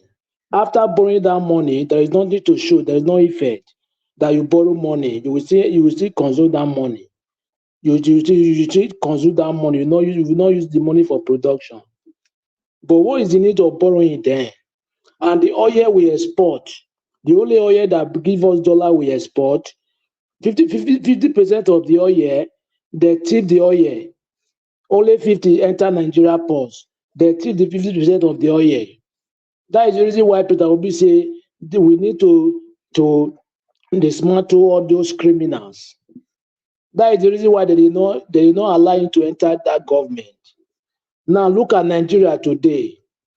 We have what it takes to go to farm to produce what we can eat, but we cannot go to the farm because of insecurity. And to tackle this insecurity, it did not take 2 months. It will not take that only 2 months. We don't have soldier, but you export soldier to Gambia, 10,000 soldier. Imagine. But we don't have soldier to fight insecurity. But you take 10,000 soldiers to Gambia. Those people, they are not normal. They are not normal. I'm telling you the truth. I see they are not normal. They are not normal human beings. I come to Edo State. You see, PDP and APC, they are the same people. Today, in the Nigeria World Cup, I believe it's Mr. Alex. He said there was raining today in Benin. Everywhere flooding. Everywhere flooding. Even the road they did, like 1 year's interval, the road everywhere scatter. There is nothing.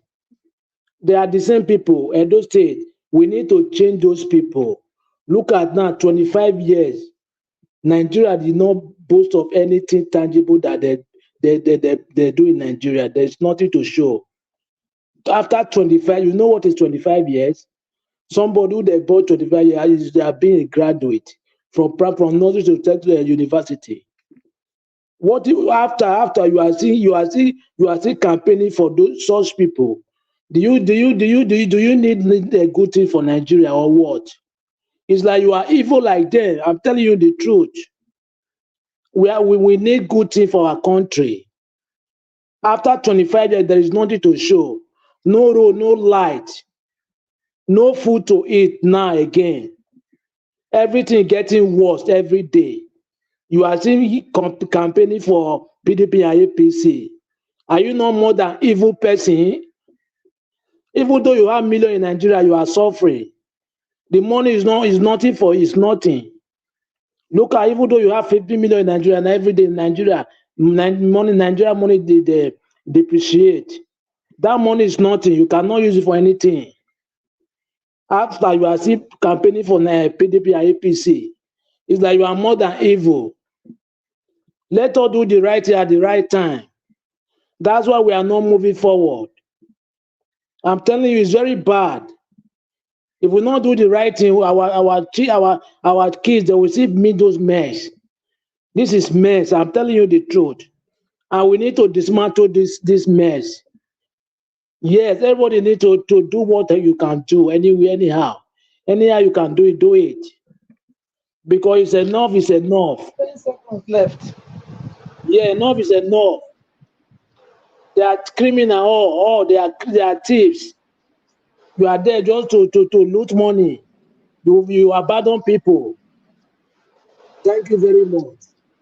Thank you so much. Thank you. And now we come to the last person, the last panelist, Honorable Sam. Good evening to you again. Please mute and speak for 4 minutes. Thank you very much. Thank you very much, madam. Thank you very much. I appreciate you greatly. I want to also speak on this issue of what is happening in Edo State vis-a-vis the relationship with what happened in River State. These are two different scenarios. You know, at a time we are concerned, Wike is losing its popularity on a daily basis in River State. At a time, Wike was like a principality, was a lord of River State in every ramification. You saw the way he dealt with the traditional rulers, the way he dealt with opinion leaders. You know, it was like a principality in River State. You know, at a time, you saw what happened to the 24 lawmakers, told them all of them to decamp. As God may have it, judiciary had this course. Today, where are the 24 lawmakers? They are at home. They've all lost their job. Fubara was somewhat quiet because he knew definitely Wike was in charge of the legislators. He was in charge of his chief of staff. He was in charge of his commissioner. He was in charge of everything in River State. So when he said nobody can suspend me, he knew what he was saying because he had the structure. That was why he could say that nobody could suspend him. Now, where are the 24 lawmakers? They've all lost their jobs. Where are the chief of staff and so they've all lost their jobs. A few days ago, we all saw what happened to the local government. When the governor said they should go, and then the attorney, they said no, they are still there. You saw what the electorate, what they did. They all went to their various local government council and chased them off the council. Immediately appointed caretaker committee to conduct the election probably in the near future. Now, what does that depict? It means the popularity of Wike is going down on a daily basis. As of today, he has no hold on the local government. Before now, he had the local government to his pocket, local government chairman. He had the House of Assembly to his pocket. He has some commissioners to his pocket. That can you suspend such a person when you're talking about suspension? Earlier, suspension is done from the ward level, local government level, down to the state level. So if Wike is in charge of his executive, for example, I'm a politician in my ward. To a very large extent, I have control over the executive of my ward. I have good relationship with them. You understand? I have a good relationship with them. Now, if I have a good relationship with them, it will be difficult for somebody to use them against me to suspend me. Talk less of somebody who is a minister, a two-time governor of that state, who is presently minister FCT. But one thing is certain, he has with his own mouth that if he does anything against PDP, God will not forgive him. He has used his own mouth to pronounce his judgment. So whatever that is happening to Wike now, the worst is yet to happen. Soon you will all come here to still say it. The governor of the state is already getting more power and power by the day. Soon things will turn around. Soon things will turn around. The same thing was happening in Edo State. As it is today, the executive of the state, both state executive from ward level to the local government to state level in Edo State, they are caretaker committees. Their tenure has elapsed. It was just the national, because of the forthcoming election, that they said, all the executive, they should stay until election, because they know conducting party primaries now will lead to more crisis. You understand? So, whether we like it or not, the governor of the state has a very big role to play in political parties. We are in Edo State. The issue of Danobi or every other persons that were suspended, like I said, their suspension was overdue because they were causing more harm than good in PDP. Different moves has been made for reconciliation. The more you want to reconcile, the more they cause another big problem. Until they came out openly to say they are working for APC. Like I said, they have a right to work for APC. If you want to work for, there are other people, the state vice chairman, person of Francis Ogbeide-Ihama of APC, resigned honorably. The media, the director of media in APC resigned honorably. Some of the men in the campaign committee, they resigned honorably. That's the best thing to do. So what they did was totally unaccepted. And what the PDP has done through their ward level to the local government, central district level down to the state is the right thing to do. So to me, it's part of the beauty of democracy. And by so doing, all the bad eggs in PDP that would have given PDP problem in this election, they've been flushed out. So we are now preparing for election. And we are sure, by the special grace of God, and by the type of, not just about the party, the candidates that the PDP brought out is a name of its own. So it is the candidate that is selling the party, not the party selling the candidate. Because we've been saying we need competence, we need somebody with character, somebody with the capacity, somebody with competence to govern the state, somebody that have the knowledge, that knows the honors, what to do, not somebody that, look at what is happening to Nigeria now. That's why they can impose all this. Look at the legislature. Your time is up. Yes, please. Thank you. Thank you. God bless you. Thank you so much. Patricia, Yes. please, can you give me 10 seconds? The 10 same with seconds. me, Madam Patricia. I need 10 seconds, please. Mr. Abdul Malik, come through. 10 seconds. Thank you very much for the opportunity. You see, we are the problem of ourselves. Why do you have constitution in an organization or any group? Because when you work with your constitution, no matter the person, you cannot be above the law.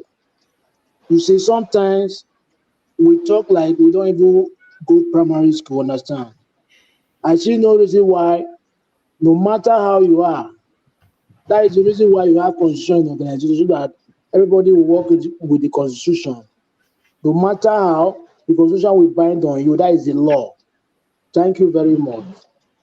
Okay, thank you. Mr. Chris. Please, after Chris, I will have 5 seconds. Yeah, well, Okay. Madam Patricia, thank you so much, Chair Lady, for the 10 seconds. And for me, Mr. Sam, I don't think you said anything different from what we are saying. Wike is bigger than the law criminally, and that is what you just reiterated again. And talking about people resigning, the chief of staff to Obaseki resigned. Chief of staff resigned during the last election. He did before the election. And also, the people you were saying they lost their seats in Rivers, they didn't. The Rivers local government chairman, their tenure expired. And they were trying to get 6 months extension. They passed the law by themselves, and that law was quashed. So the governor made an attempt to appoint new caretaker committee. But as at now, the police have said both parties should maintain the status quo. Then the people you said that resigned, the Wike's men that were in Fubara's government that resigned, that left, that were removed from that government. No, they actually resigned because those were the people that Wike placed there. All in all, Wike and Fubara, they are both the same. They are both different sides of the same coin. Fubara is not different from Wike. Wike is not different from Fubara. They are both evil because Fubara, even the power Fubara is enjoying today, how did he get the power? The power that could have belonged to Labour Party.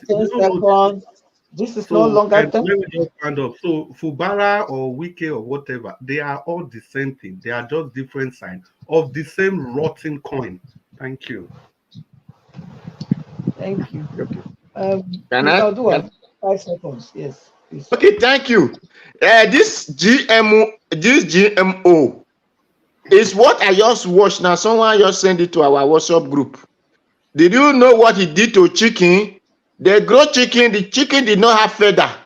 All the feather is out. So that is how it's going to destroy the humans if we allow it to happen in this our plant or whatsoever they are going to be giving to us. It make the chicken to grow without feather. So that is, I don't know if I can send it to, if I were able to send it, I will have sent it to Mama, can I have 10 seconds too? It's okay, thank you. Yes, Mr. Blackman. Uncle Sam just came to sell PDP. Uncle Sam came from APC to PDP. And people that came from APC to PDP is suspending the main PDP people. Don't you see Nigeria is in a disarray? And Uncle Sam said they went through due process. That thing was never a due process. That thing was a political statement that I am your boss in the state. And that thing will never hold water in the national party of APC. It will never hold water. They know now, that's why they're just playing game. After this election, you will see what's going to happen.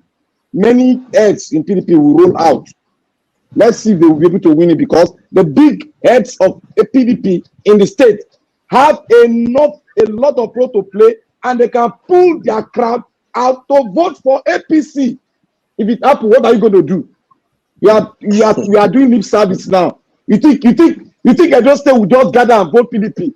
What happened in the last one? Was it not because of sympathy vote that all of us came together and vote PDP? It is not happening now. It's a different ball game. People should know it. PDP and APC are the same feather. Oshimola is somewhere. This one is coming from PDP, want to join APC. Oshimola is in APC. And this present governor came from APC. What are we talking? Family is fighting. We are dying in their war. You don't do. Thank you. Okay. So now, I think Mr. Eedris will take over now. Mr. Eedris. No, please, I will still be giving 10 seconds. So please, 10 seconds, please. Okay. All right, but the 10 seconds. 10 seconds, please. Yeah. Hello. Honorable Sam, you used the 10 seconds just now, not long now. No, I used my 4 minutes for submission. I have not been giving 10 seconds. Okay. It was my last 4 minutes. Yeah, go ahead, 10 seconds. Thank you very much. I want to please speak on this. I'm very, very concerned on this genetically modified organism seed.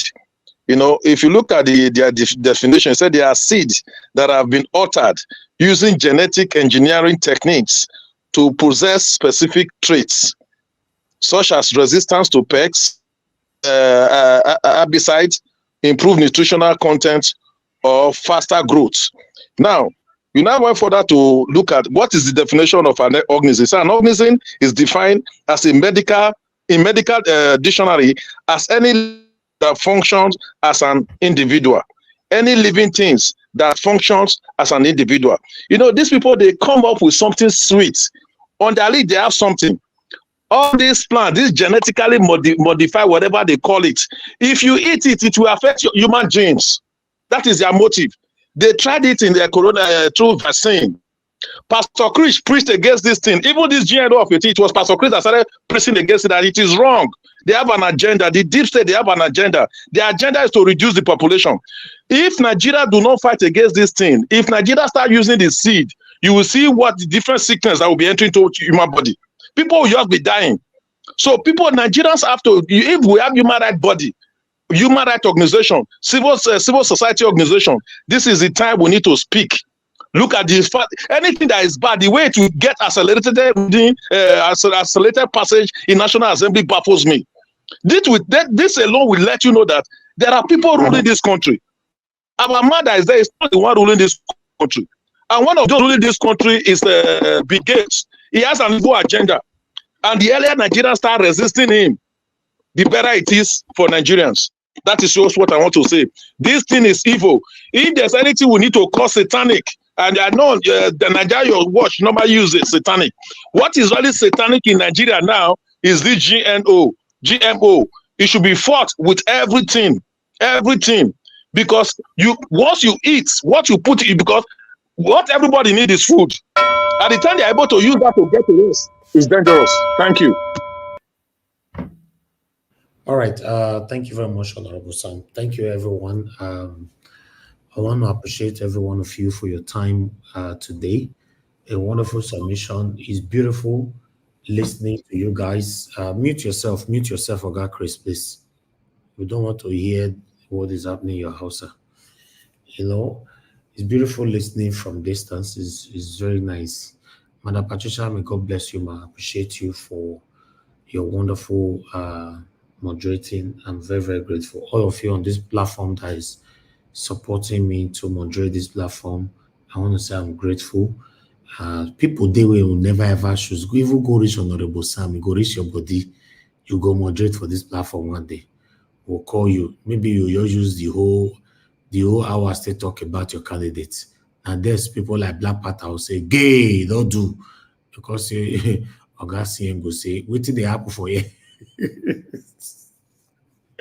All right, guys, I appreciate every one of you. Yes, we've come to the end of the broadcast. 4 hours is fine, absolutely okay for us for today. Tomorrow is another day, so we're going to continue from where we stop. I want to thank you all right here again, starting with Madam Patricia Tagbojimi. Thank you very much, man. Thank you, Madam Rita. You came in earlier on. Thank you, Black Panther. Thank you, Mr. Jonathan Kingsley, Oga Chris. Thank you, Mr. Odowa, Oga CM. Mr. Ike, you stayed all through. Thank you very much. Honorable Sam, thank you, sir. Abdul Malik, thank you very much. I appreciate every one of you. For any of you that have left, if you came in, I want to say thank you very much. Those of you that called into the show today, I appreciate every one of you. And God bless you now. Three of you supported the platform today: Stephanie, Ojek, Adelaja Ogbeide, and Peggy Modi. May God bless you. May your pocket never run dry. We are very, very, very grateful. Then our people right there on the comment section started with Mother for Mommy Diaspora. Thank you very much, Mommy.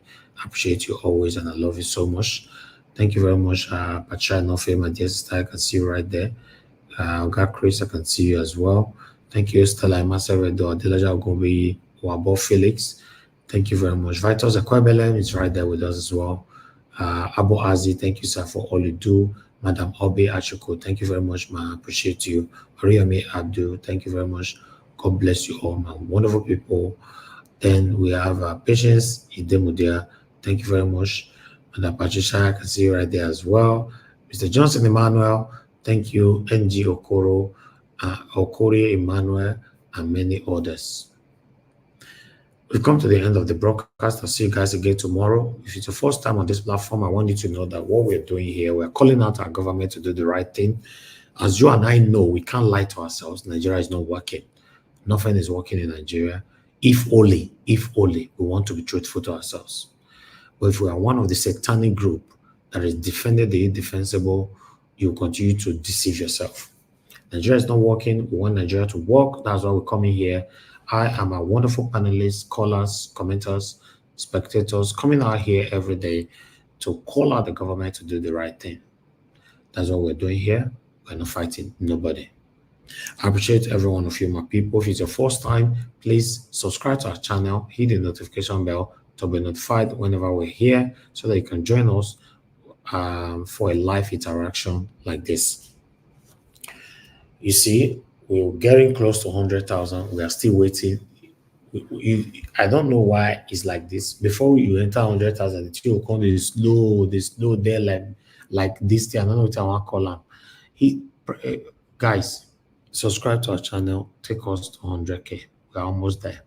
We have less than 400 or 300, to get there. Take us there. God bless you. Don't fail, as you can see as well. So now we'll join the curtain. I'll see you guys tomorrow. Fingers crossed, 6 p.m. So that we can continue from where we stop. And God bless them, my wonderful, wonderful people. Whatever that we're doing here is a collective effort. Every credit go to every one of us. And God bless you. Good night and bye for now. I know they do competition with anybody. If I offend you, forgive me. Show me love. Go to biza. Kama bara wa lo nínú ìfẹ́ kan akanbi. I know they do competition with anybody. If I offend you, forgive me. Show me love. I go show you love. Kama bara wa lo nínú ìfẹ́ kan. But I know they do competition with anybody.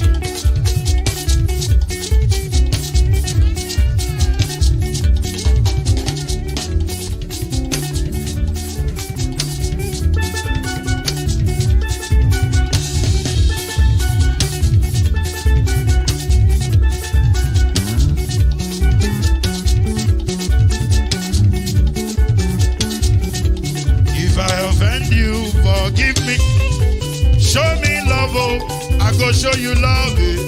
Kama bara wa lo nínú ìfẹ́ kan. I know they do competition with anybody. If I offend you, forgive me. Show me love.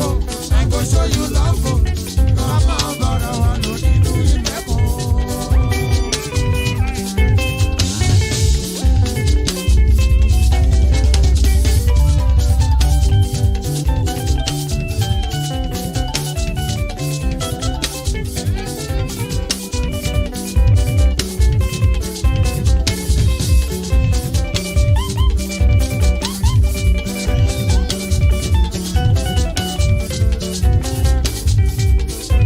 They do competition with anybody.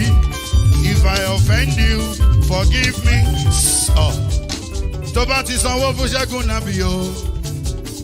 Ẹ fẹ́ jókù. Alákọ̀bí. Ṣẹ́gun nàbí. Alákọ̀bí. Sábà mẹ́la. Anybody.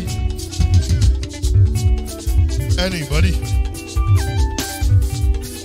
Any bobo. Anybody? Mo ló ń fọlú, ó gbà mí bó ṣe rí mi láti finishi. Délé mo ló ń fọlú, ẹ jẹ́ ń sọ̀rọ̀. Délé òde